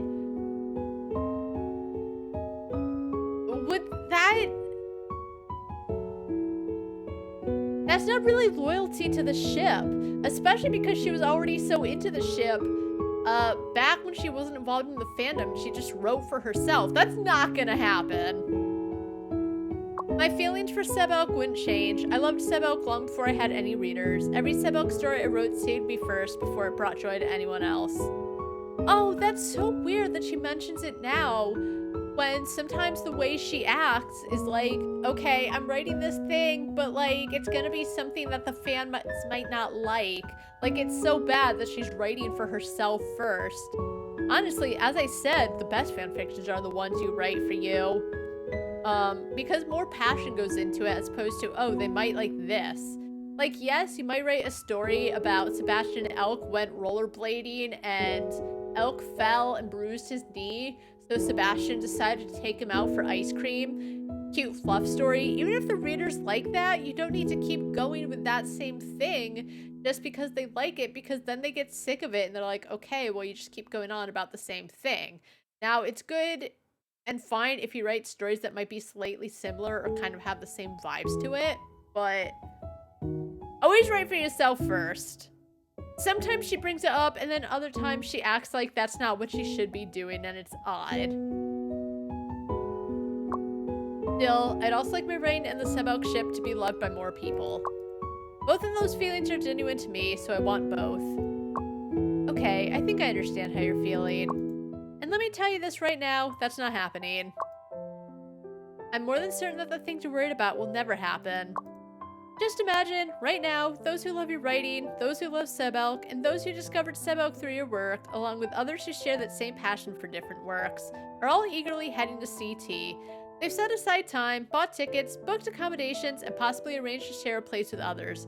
Why would they do that? Is that all because of their love for it? Don't you think there are so few things in life that people can do just for the sake of loving something? Eating and drinking are essential for survival, and pursuing education and work is necessary to meet others' expectations. A person might do thousands of things in a year, but the ones done purely for their own enjoyment are extremely rare. And yet, miracles happen. In the act of doing something solely for ourselves, just because we love it, we get to meet each other. So go and meet them, TheMischievousMoose Sensei. I believe this is a miracle that can only be born from passion.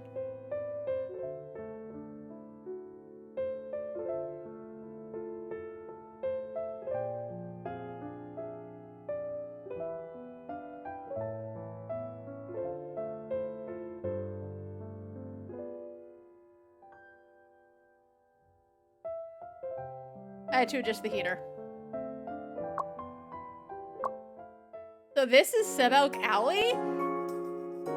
Again, shout out to the Yowie picture in the back.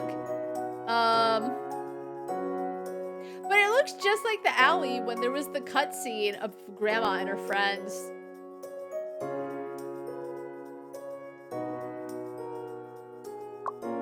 It was so empty during the setup yesterday. I was expecting it to be more like this, but seeing it now feels... There's no need to rush. Don't rush. Each person is limited to buying 2 copies of TheMischievousMoose Sensei's works.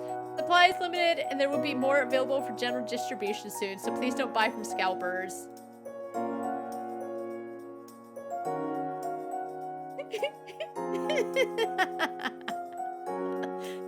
It would be really funny if the one Nora was holding was the one where it's like Sebastian has a little auction thing and like Little Elk is for auction.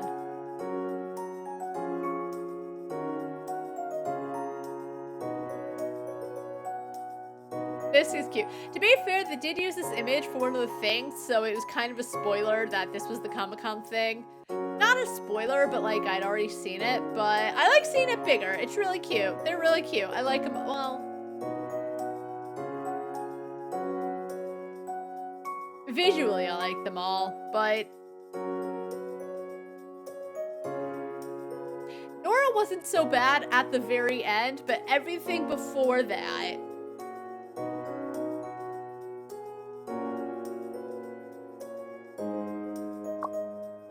I was promised 3 copies before, but why are there only 2 here? Because you limited it to 2. Did you not hear her? Oh, I'm so sorry. I must have made a mistake due to all the crazy rush. How about you wait until it enters general distribution?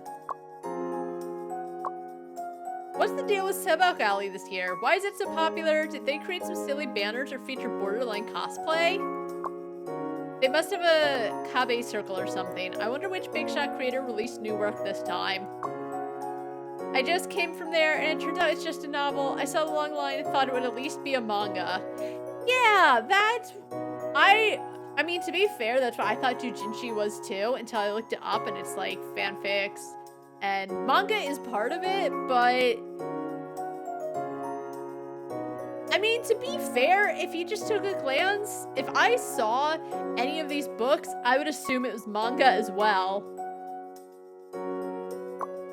Hahaha, what? Fans of Sebelk aren't allowed to enjoy their novels? Could this be true? Are people lining up for my work? My eyes are getting a bit blurry. No, this isn't the time for that. I need to go help out. Yeah. Ah! I told you, right? All those things you worried about won't happen. We've worked hard together, so it shouldn't be surprising to see the result, right? It's such an amazing feeling, knowing that everyone loves your writing just like I do. I'm so happy, even if something happens in the future that makes me and you part ways. The existence of this work is proof that our names were once connected, TheMischievousMoose Sensei. Of course, I hope the nightmare doesn't come true in the future. Everyone seems so happy. I really hope to see everyone smiles at the next CT, too. I suppose... Oh, right, comic time. I like participate in the comic time, whatever. I suppose any wish made during such a happy moment should come true, right? That's it? Alright. Sell fanzines. Got it. Oh god. Where is it? Our universe. Okay. The moment. Oh god.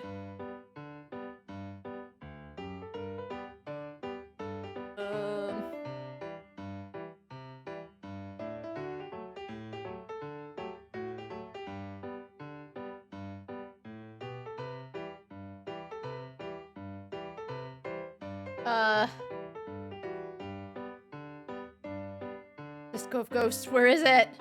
I've got too much shit.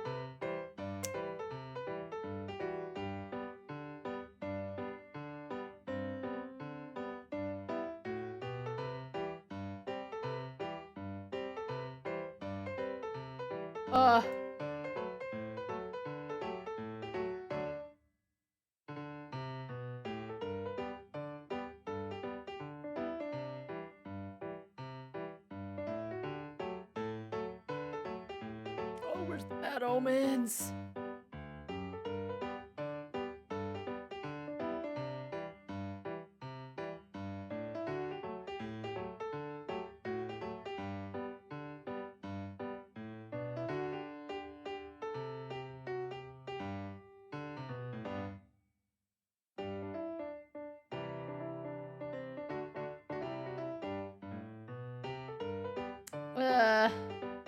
Oh my god. I gained so much money from that. Holy shit. I should stop making fanzines because there's so many that half my time is just like glancing. Anyway, a lot of money. CT ended with a resounding success. The results are even better than I'd anticipated, all thanks to TheMischievousMoose Sensei's amazing work. Arrangements for general distribution are already underway, so no need to worry. I'm not worried in the least. You've been the one working hard all along, Velvy. You also planned a tea party while preparing for CT, right? Since there are so many out-of-town Sebok fans who usually aren't in the city, it's a rare chance for everyone to gather together. Hosting a tea party is the best way to create wonderful memories for everyone, and this time I'm definitely going to make up for the previous disaster. I decided to host at the same venue as last time, and this time I'm sure of it, there definitely won't be another storm. That doesn't sound like something we get to decide, right? Okay, except she even knew the weather ahead of time, so something like a big storm, I think she'll know.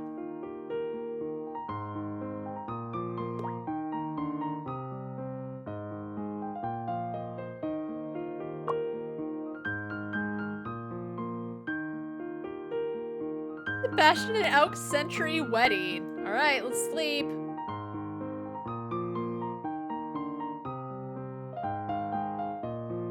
This is it, the final, and then we're done. Let's just say that when it comes to certain things, I should have known better and kept my mouth shut. It's raining. But you know, is it just raining or is it like a big storm that'll destroy everything? Of course it had to rain cats and dogs on the day of that tea party. Is that just my luck or what? So did she not look at the forecast? I know that sometimes, especially with meteorology, you can't always know. if it's gonna rain. Like, sometimes it's last minute. Usually you can send out weather balloons and there's like certain things so they can know the formation of clouds, that kind of thing.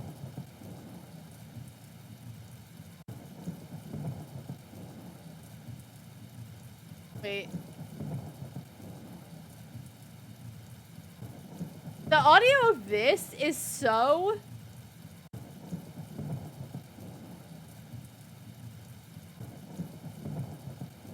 The quality is odd. I don't know why. It gives me Storybook Weaver Deluxe. Like, that's what this sound effects reminds me of. Writing stories in Storybook Weaver Deluxe. Oh, what if I did that at some point? Just did like a Storybook Weaver Deluxe stream. That'd be fun. That was like a game that my mom had gotten us, and it's literally, you just write stories. It was so fun. I wrote a lot. My sister and I, if one of us would play and the other would just like watch, and we'd talk it out. It was great. It was so good. You could edit the little like characters. It would open. It was the best.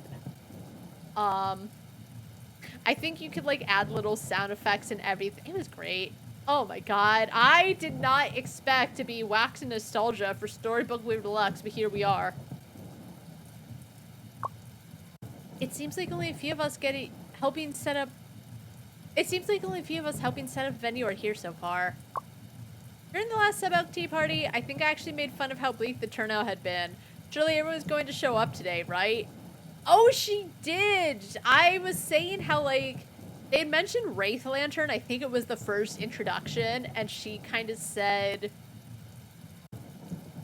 It was kind of poking fun, but I will be real, I didn't think it was anything too horrible. Yeah, for sure they will. Our last tea party was ruined because of the weather. If the same thing happens again this time, everyone would be extremely disappointed for sure. I don't want it to happen again, but there's really nothing I can do about that. Excuse me, is the Sub-Elk Tea Party being held here? Wow, we got here really early. Lucky. Let's take some quick photos. Someone came. Fantastic. Such beautiful decorations. Please help me take a picture with these. Sub-Elk is OTP, and that's a fact! Things are heating up, and there are way more people here than last time. Could it be due to CT, or have more people converted to become fans of Sub-Elk?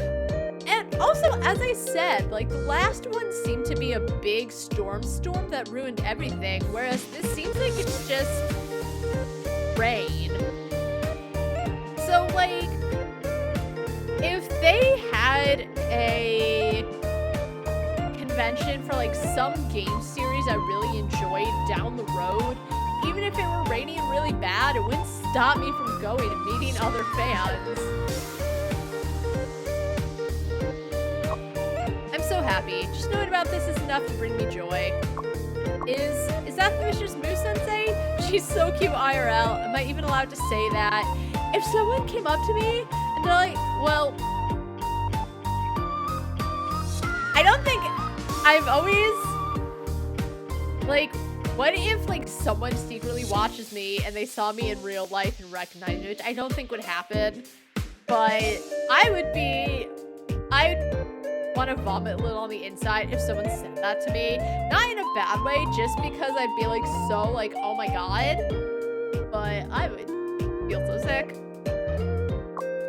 And can I ask her to sign the work I bought? Will she find me annoying? I heard TheMischievousMoose Sensei is super nice in person. Why don't you go and ask? Why don't you go instead? Wait, TheMischievousMoose Sensei? I'm your fan. Wahahaha. Oh, thanks. I bought your work. Would you mind signing the inside cover for me? Me too, me too. What? This is too good to be true. TheMischievousMoose Sensei, I'll always love you. Me too. I immediately fell in love because of your writing. You're simply remarkable. Wow. Redeem yourself at the tea party after 100 days. Conquer my fate. Okay, so they said that, and I was like, oh, do I need to do something? No, you just get it. Wow, there's so many people. What should I do in this situation? Fans of our ship surged over. Feeling a bit flustered, I instinctively grabbed Ethereal Snow's arm. Ethereal Snow's fingers gently intertwined with mine. They were so delicate and gentle, just holding my hand with a softness like cotton candy. She stood here with me, just knowing that brought me a sense of peace. I wonder if, depending on who you have the biggest affinity with, is who you look to for comfort at the end. Because when I realized that, like, you could give them things, I always knew you could give them fanfics. I didn't realize you could give them freebies in the contacts page. So I wonder if that makes any difference. It seems like all these people came for you. Wow, okay, I guess no one cares about her writing. Even though when she first came through, like, everyone was banging down her door, giving her comments because they liked her so much. For me? Of course, if it weren't for an established talent like you being here, there's no way that these people would be so happy to be here despite the rain, TheMischievousMoose Sensei. Wow, that's... As I said, I know they're her friends. I know they want her to feel really good about herself. But when they're unknowingly saying and everyone else is shit compared to you, even Blanche is right there. She's a writer for the fandom, and she works a lot. She doesn't have as much time to write every single day as Moose does. But, like, she's not meaning to put every other contributor down, but it's almost like that she's putting everyone else down to bring TheMischievousMoose up. Nice. Everyone's this happy because of me? I'll probably never get used to this feeling. 6 months ago, no, even just 3 months ago, I could have never imagined this day. This time, none of my anxieties came true. Although there were setbacks and tears along the way, I always knew. My stories and I have always been loved by everyone. I've worked hard, but working for Sebelk never felt even close to difficult. It's the thing I want to do most in this world because... I need a picture of them. Because there's nothing I love more than Sebelk. Why'd you say that out of the blue? I don't think it's too out of place for her to say that at Sebelk's tea party though, right? Your Sebelk is my favorite too. Do you think your love for Sebelk will ever change? Oh, Nora. Oh, Nora.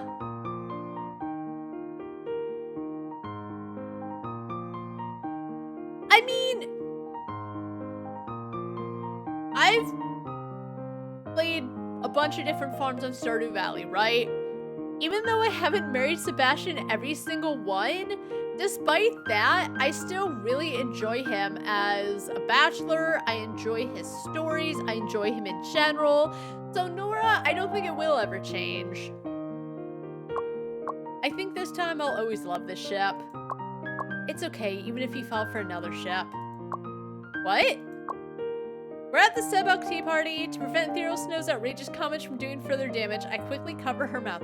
She's right, though. You can love Sebelk, and you can love other ships as well. She's not saying they're better, but she's saying it's not a big deal if there's other pairings you enjoy. Ethereal Snow widened her eyes, blinking hard, her soft lashes brushing against my palm. How big is your hand, or how long are her eyelashes? You covered her mouth?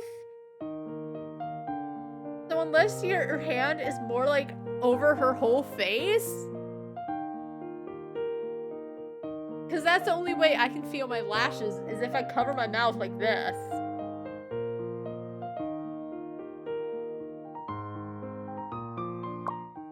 Sorry about that. What'd you just say? Maybe it wasn't the best idea to talk about falling for another ship in front of everyone. No, everyone needs to know that yes, Sebelk is great, but fandoms don't need to be as serious as they're all making it out to be. I'm such a failure as a working adult. I should have been more perceptive, but you were holding my hand and looking into my eyes. I accidentally let my true feelings slip. Don't apologize for that. Everyone else is truly in the wrong. They're 20, so I guess I'm not surprised they think that fandom is the end-all be-all. But, like, it ain't. She's not even shitting on it. She's just saying you can like Sam/Shane as well. Two feelings. What's that supposed to mean? Are you already thinking about switching fandoms with Ethereal Snow? What about you? I'm still as passionate about Sebelk as always. Okay, then. So am I. Then so am I, girl! That's a worrying statement. It seems I've already forgotten what life without Ethereal Snow in Sebelk is like. But just as inevitable as the rain falling from the sky or divorced mothers bent on What?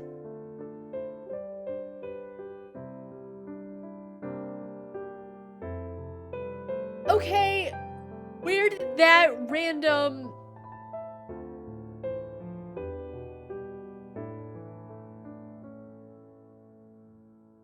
Divorced mothers, the way she says bent on remarrying. If they get divorced mothers, not even divorced women, but divorced mothers, what did mothers do to you? I don't think she's saying it to shit on them, but there's something about divorced mothers bent on remarrying. Like, nothing will get in their way if they want to get remarried. If they do, that's fine. If not, that's fine too, but what?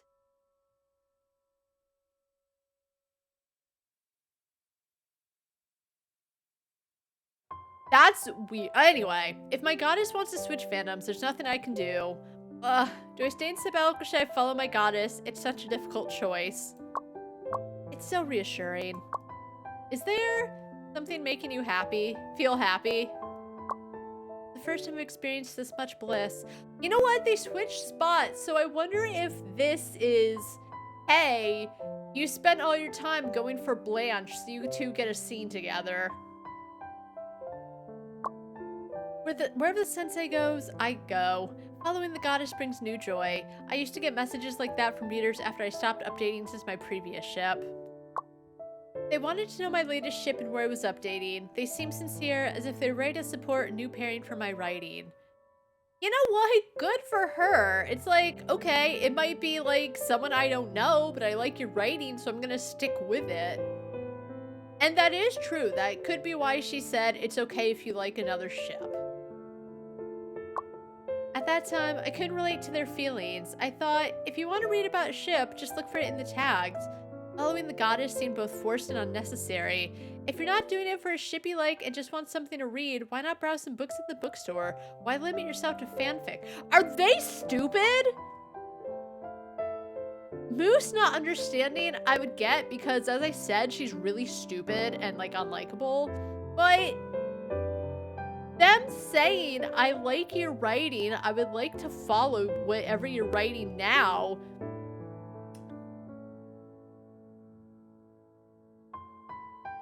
I think makes it very obvious that they're reading her stuff because they enjoy how she writes.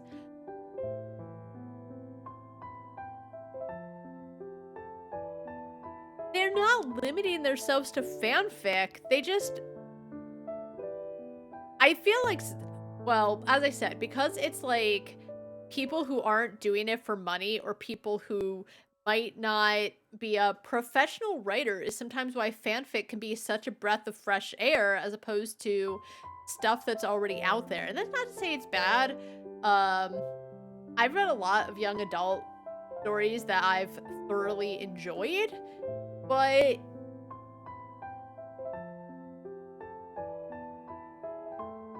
how do you not understand when they've told you why they're writing to you? I do think there's a difference. If you ask me that now, I'd agree with you, and it's all because of you. Me? I don't remember saying anything that profound. You don't get it? It's because you're my goddess. Oh my god, she's my goddess and I'm her goddess. Oh my god. Now, with my work, I have very little time to watch anime, and I won't have as much time to explore every new community or search for ships I might like. But But after meeting you, I finally understand my readers' feelings. I'll never come across another author like this again. I must hold on to her tightly. Oh my god. Both metaphorically, but also please physically. But, like you said, maybe I can only write Sebelk well. I can't seem to do justice to any other ships. And that's fine. Even if all you can do is write Sebelk, she enjoys you as a Sebelk writer, and she can enjoy other writers, but maybe not as much. In that case, it's completely fine to keep writing Sebelk. I'll always support Sebelk as well. As long as we're here, we can create countless stories for Sebelk, allowing them to have a life more vibrant and special than any character that's ever existed. And if one day you want to try something new, I'll be right by your side too. If I write poorly, will I lose you? I would quietly slip away. Oh, she's messing with her. I'm just kidding. If you want to keep me from slipping away, just please message me every day. Whether it's about fanfic or your life, I want to know everything that's going on with you. Every day? Doesn't just feel like good morning, goddess. I'm so glad I met you through fanfiction. That's something I've always wanted to tell you. The end!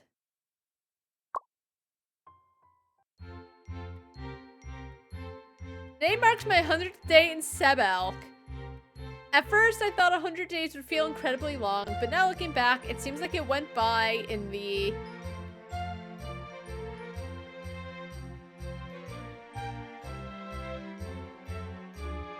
What? In the past 100 days, there were 100 stories. The largest number of them is fluff. My favorite story parody is fantasy. I have a total of 4,097 fans. My stories received a total of 4,016 likes and 377 comments. It wouldn't be too much to call me Master Fantasy, would it?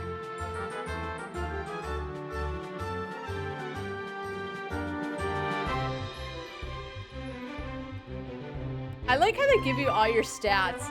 I made 28 types of freebies and gave away 0 copies. It cost 1,380. Do you remember this? This is the one you've printed the most copies of. 9 in total. It must be one of your proudest. Yeah, well, it is.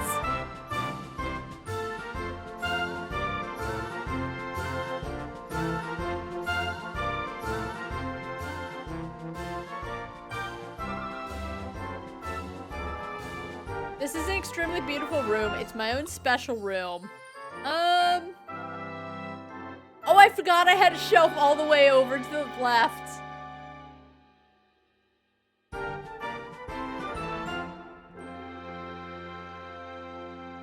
I bought 91 goods and spent 7,249. The item I collected the most multiples of is support fan with 8 purchased. The reason why fangirls can never save up money. Could it be... I don't need all these stats. I own 8 pain bags. Yeah, because I'm cheap. This is the one I spent the most money on.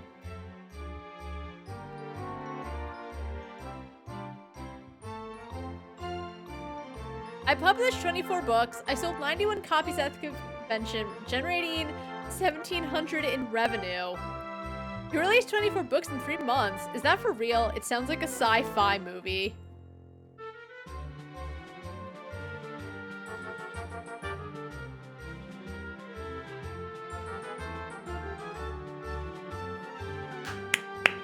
At CG30, I applied for 5 booths. The average daily foot traffic is 55. What? 5 booths? They actually approved it? Oh.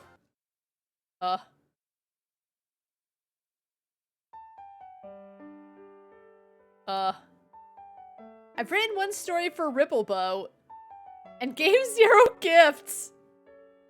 Our relationship is courtesy follow.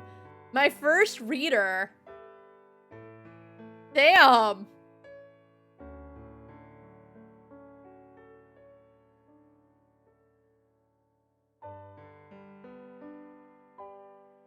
I've written 0 stories for Velvet Yummy and gave 0 gifts. Our relationship is courtesy follow.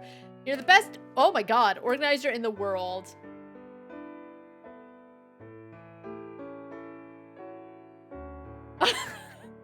Unchained.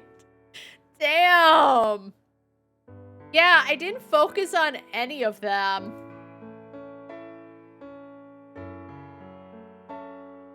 It was all about ethereal snow.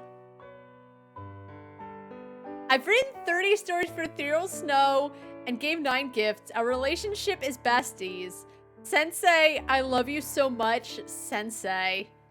The face she's looking at feels like she's about to betray me. Like something tragic has just happened and I'm looking up to her for comfort and she's just gonna say something that's gonna completely break my heart. Besties, we're in love. Please.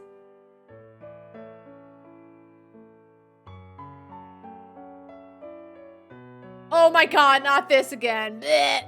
I've written 0 stories for Wraith Lantern and gave 0 gifts. Our relationship is courtesy follow.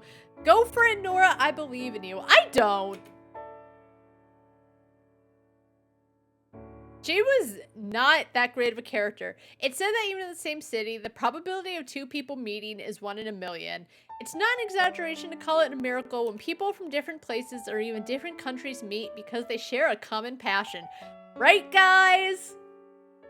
That's right. Thank you.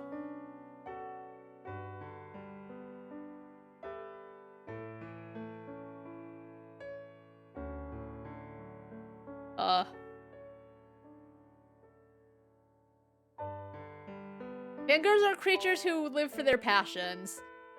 Through their passion, they have found something to cherish. Through their passion, they have found something to create. And ultimately, it's through their passion that they cross paths.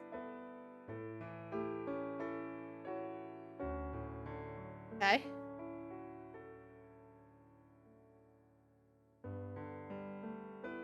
Thank you. Thank you for making these miracles possible.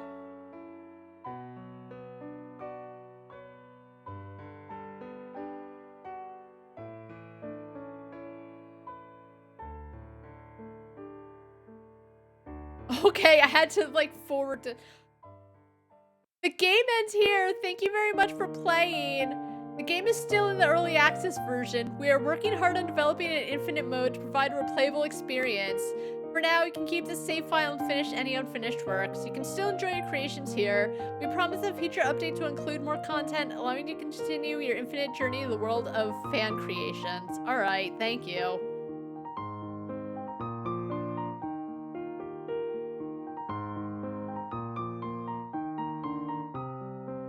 Those are odd names. Oh, are these all the people who wrote the fanfics? Oh, we're right.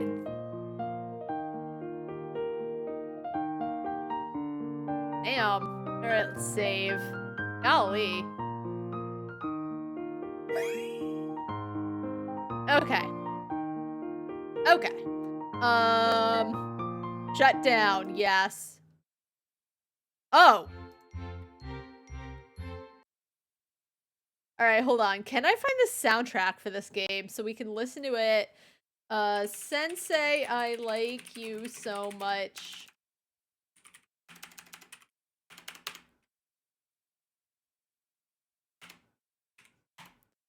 Soundtrack.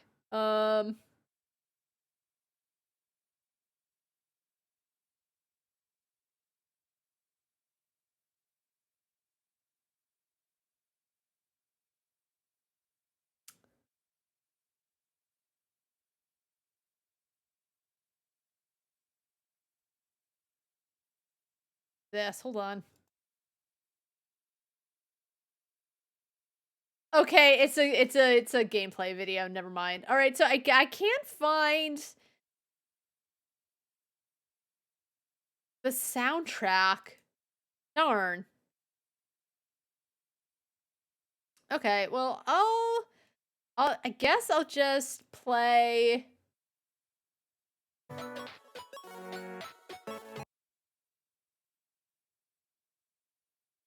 Uh-oh. Oh, pretzel rocks. Okay, we're fine. So... Gosh, what to say? I enjoyed it. Take this off, so... Yeah. I don't think I'll get into Stardew Valley, but I might play some Binding of Isaac once we're done. Anyway, I enjoyed it. As I said, 99 days, and I know it's supposed to like 3 months. That's way too long for how much free time there is.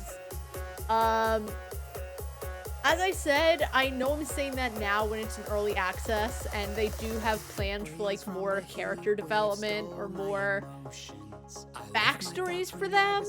I don't know if it's gonna be like when you can give them things and there's little cutscenes between them. But sometimes there's not much to do. You can go to places, you can get fanfic ideas, but what I ran into 9 times out of 10 is I've written all the fanfics.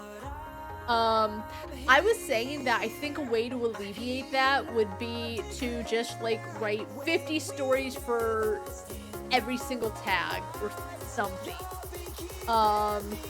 50, 100, I don't know, because fanfics are, well, I was gonna say to write a good fanfic, it does take some time, but there were only a handful of times she had any that were like really, really well done. The couple of times where the serialization she would write, those ones were very well done. The others were sometimes very short and not that good. I know you can upgrade the areas. I never went to the Institute because I do not care for the ABO tag. That could have been part of the problem, but even if I did go there, I would have still run into the same problem. The way to upgrade it was to either increase the number of fans you had, which was just keep writing, which I guess makes sense. You run into a bigger amount of fans and you get more ideas based on sometimes the feedback you get. Some of it was based on you need to write, let's say, 5 stories based on magic or with the magic tag. That's fine. The ones that depended on Eda bag points, can I say, and I haven't mentioned it because I've yapped about everything else that I think about this game, but having to increase the Eda bags, it felt like it got to a certain point where you would just cram stuff into it to make it look good. I didn't love the Eda bags. It was alright. I tried to do it for a bit, but it's like, spend a lot of money to get the bag, spend a lot of money on merch, but because the backspace key was not super expensive, but 100 each, and I really enjoyed editing the fanfics, it just felt like you were buying crap and just like shoving it where you can to increase Eda points. Some people might have found it really fun. I think I did too, to an extent.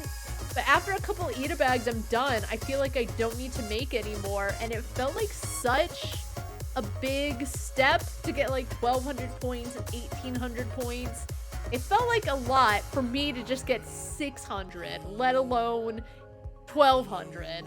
So I didn't love that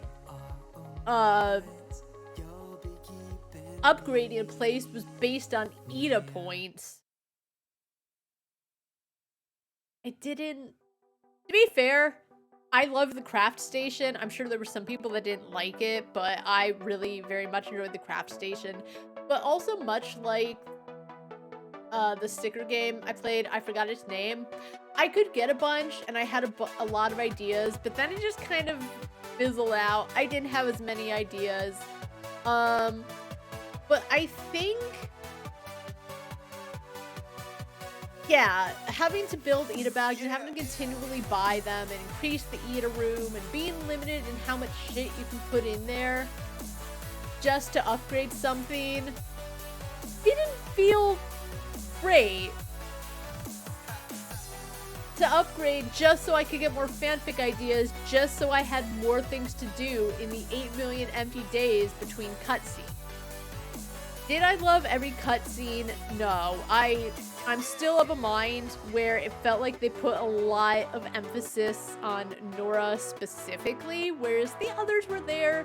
Sometimes they had their own cutscenes, but it felt like the most time was about Nora, loving Nora, she's so cute, Nora's great, I'm talking to her all the time. It felt very Nora-centric. Whereas I never got that same vibe from anyone else. I don't know if I feel that way, as I said, because I just specifically did not like Nora all that much. I know it started with she feels like the obvious goth waifu, but it was beyond that. I didn't like her personality. I thought she was annoying. Her whole, I adopted cats because someone complimented me, so I kept doing it. I worked at the Sensei because someone complimented me and I kept doing it. And that does happen, but I don't care. Like,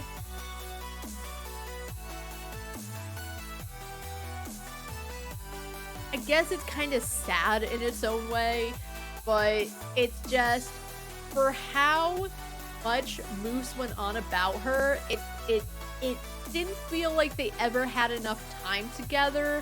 Nora didn't have enough time on screen for me to be able to understand why is all this focus on her.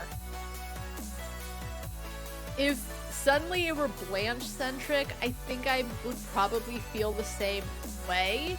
Even though I understand Blanche is her goddess, so it would make a little more sense, but it would still feel like, why is she getting the most time? But I digress. What else?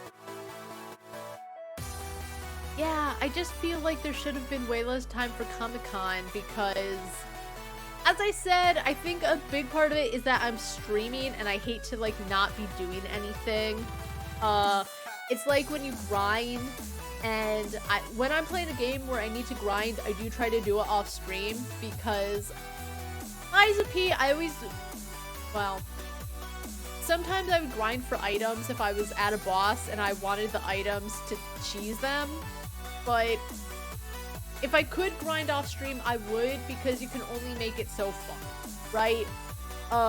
So it just felt like there was a lot of grinding, a lot of nothing. And I know it is a simulation game about writing fanfics. I did very much enjoy reading the fanfics, seeing what the game had to offer, doing little edits. That was a lot of fun, but it felt like there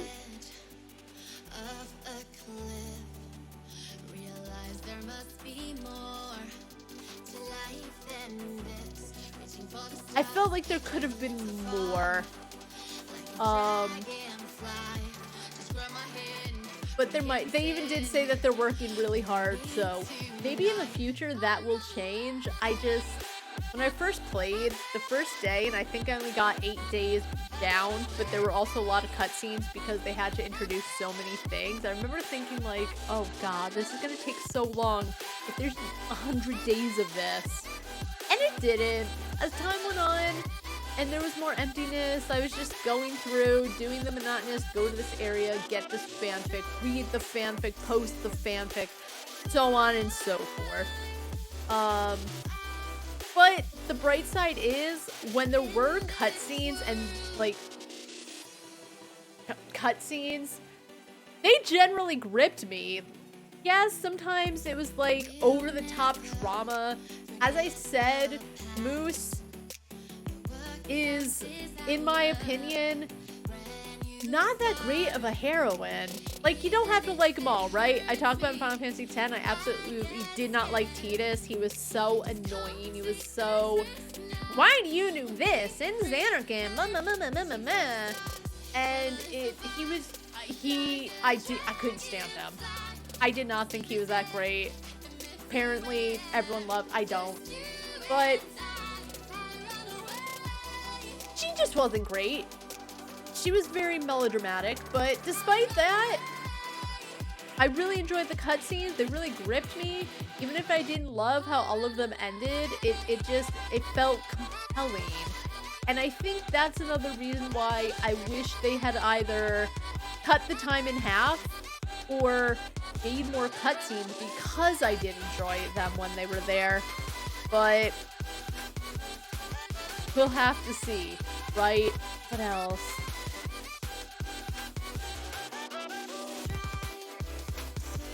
I think that's it. I liked most of the, no, I liked Cordelia, I liked Blanche, and I liked, I think her name is Orly or something. I'm just gonna call her Velvet. I liked them. At the very end, Nora was fine. I still don't think I understand when she's like, oh, I got the illustration done weeks ago, but I didn't want to pressure Moose. When Moose even talked about feeling bad because she felt like she was putting a lot of work on Nora. I think Nora just said, okay, I'm done. If you want any illustrations, any other illustrations, just let me know because I've got free time. I don't think it would have pressured Moose if she knew that she wasn't putting a lot of pressure on Nora. She was fine though, at the very end, but Moose and Nora were the worst part of this game for me. I love the music, I love the art style, it was very anime, the fanfics were very fanficky, which obviously, but they were very much, I don't know if people do still write fanfics that are that surface, to be quite honest with you. I feel like you ran into them more like 20 years ago. You ran into that level of, okay, they're together and they look at each other and they both know they're in love. Sometimes there would be some brief buildup, but for the most part, they would just like tremble when their pinkies touched or something. A lot of the fics were very cheesy and very, as I said, they weren't that mature, not in terms of like rating, but in terms of when they're adults, but they act like teenagers around each other. I didn't love it. I wish that there was more, yeah, I like him. I like hanging out with him. And just like, yes, the characters like each other, but they're chill about it. There was none of that, and maybe it's because I'm older. Like, Ethereal Sensei brought up a lot of points. She's also like 30, like, it's okay to like other fandoms, it's okay to like other ships. So maybe because I'm older, I just wanted a little more, you know, a little more from the writing. But that's okay, because I still thought they were funny. Even if I thought some of them were really lame. I guess my last thing, which I've talked about, but again, this is just me at the end of it, talking about the game. The tags. I still think that their way of tagging things was very peculiar. There'll be like one throwaway line of something cute in an otherwise angsty story. And because there's that one line, it's tagged as fluff. Now, it would make sense back, what was it? Part of Velvet's thing is like, she was kind of the leader of a fandom for a while, and she would put so many rules on the community, like, it has to have a happy ending. You have to tag literally everything, right? So I guess it would make sense back then to tag it fluff, even if there's only one line of it. But it never makes sense to me. As someone who's been reading fanfics for a long time, I think you can have cute moments in a fanfic, but if it's not like central to the whole thing, even though there are fluffy moments, I don't think it's good to tag it because it won't be what people are looking for. Same thing when like they would tag something as drama or angst, but it would barely be angsty or it would barely be dramatic just because it's not the fluff ending. They decided it's drama.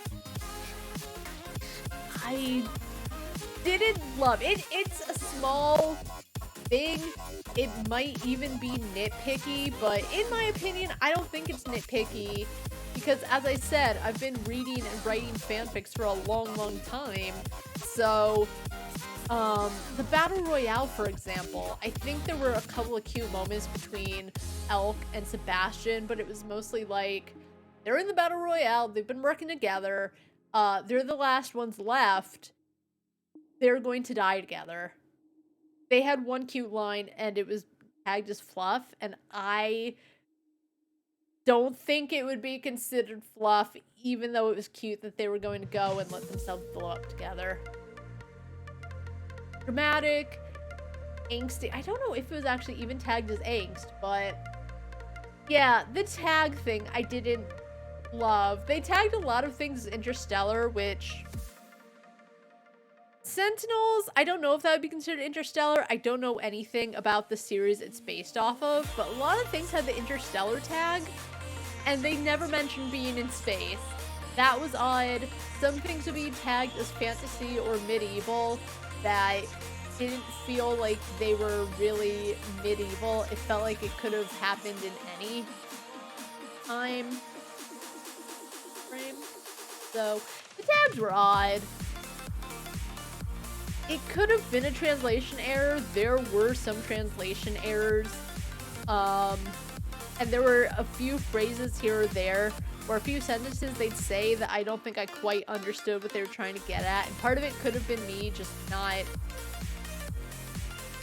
getting what they were saying. But I think there were just some things that translate oddly. But not the end of the world, because as I said, I believe the developers are Chinese and I looked them up. So all of that said, I'd probably give it a 7 out of 10. 6.5 or 7 out of 10. I very much enjoyed the soundtrack. I really enjoyed the cutscenes when they were there. I thought the art style was very cute, but I really wish they were more. I really wish they would cut the amount of time you have, because you're really just, at a certain point, passing days by just so the next thing happens. The goddess thing, the dream thing, came up every so often. It just felt like it was there. Being able to increase one of your stats and get money is fine, but 9 times out of 10, it didn't do a lot. I didn't understand. It didn't lead to anything. It felt essentially useless. I would have liked to see it. I don't think I knew what it meant when it said, oh, fluff tags needed -1. It might have been if you want to make a fanzine, I guess. But for the most part, they could have cut it and nothing would have changed.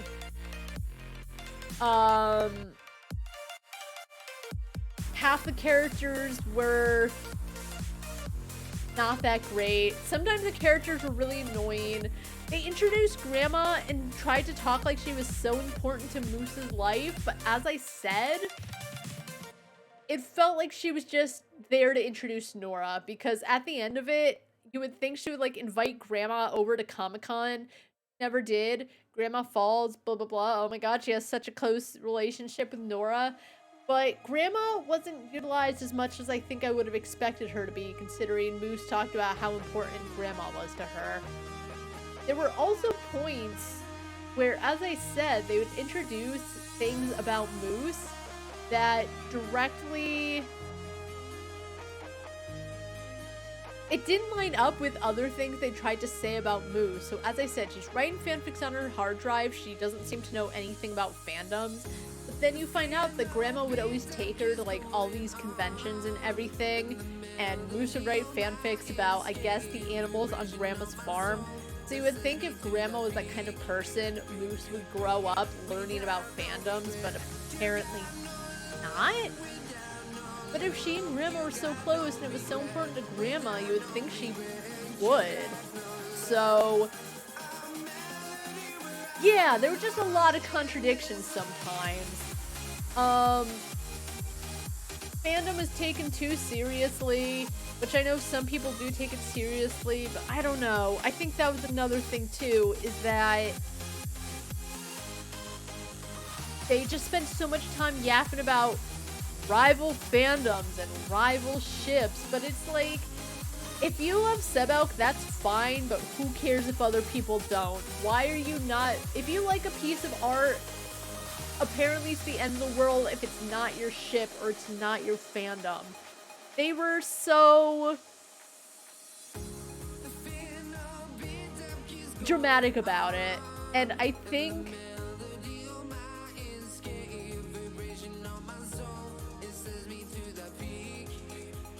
I think I said before, if there were rules of the universe where, like, it was a law, you can only like one fandom, that's one thing, but it just sometimes it was way more dramatic than it really had to be.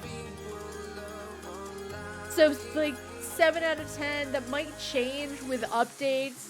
They might add a lot more things, so it's not just, like, going all the time, writing fanfics all the time, or just waiting for time to pass. That was honestly the biggest thing. Is just waiting for the next gameplay thing to happen.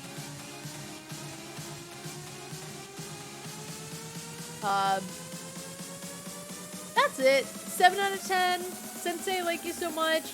Took about 31 hours. I'm not sure if it would take less time if I weren't reading everything out loud, but I enjoyed it. I honestly, in my opinion, sometimes the games that are really enjoyable are like the ones that you would rate 6 to like 7.5.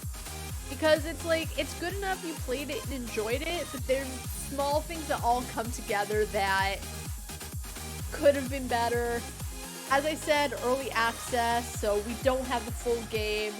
Maybe it'll be a lot better. Maybe they'll work on things.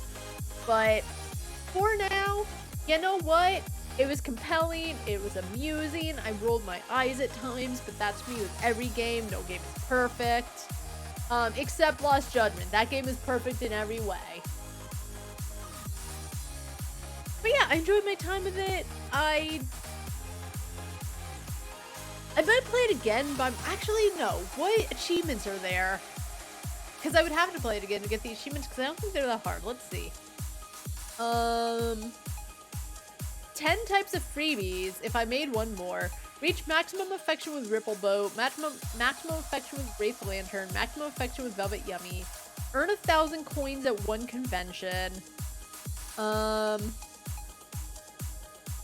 types of freebies. Have something sour. You're really jealous, aren't you? I don't actually... And then 7 hidden achievements. I wonder what the hidden achievements are. Hold on.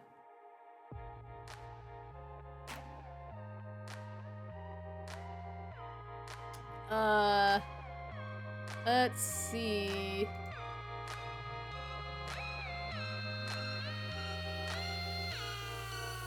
Alright, not one. You really liked your own... How do I like my own thing? That's another thing. Is they talked about you, like, didn't have any posts on social media, or 0 posts on social media, but they also don't explain how you do that. Unlock all locations. Yeah, I didn't because I never went to the Institute. Thanks for playing my cat. Nothing, just showing off the little cutie. Okay. You've made the choice. Oh, fandoms need rules.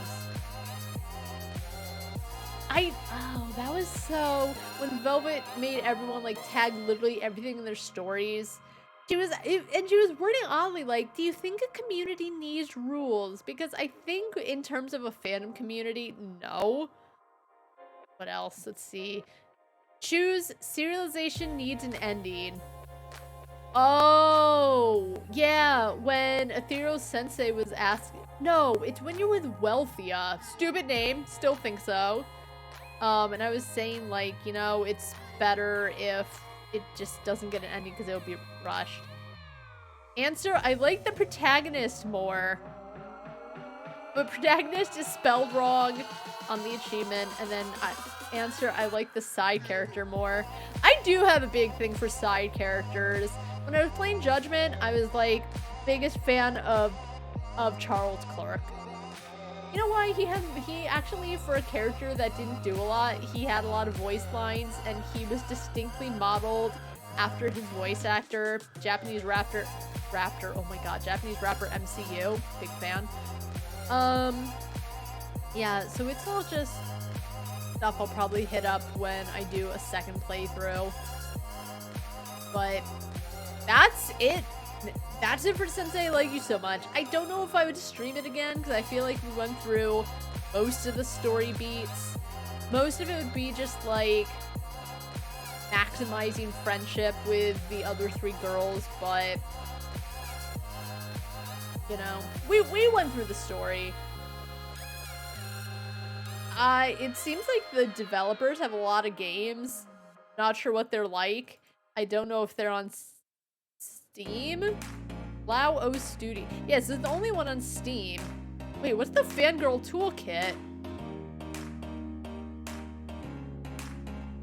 Is a derivative content editor for the game. Sensei, I like you so much that helps players customize in-game novels, illustrations, merch, and other related content. Oh. You're free to create and replace stories within the game, offering more immersive or diverse content. I never knew. Oh my god, that's so cool, actually. Alright, that's pretty sick, though.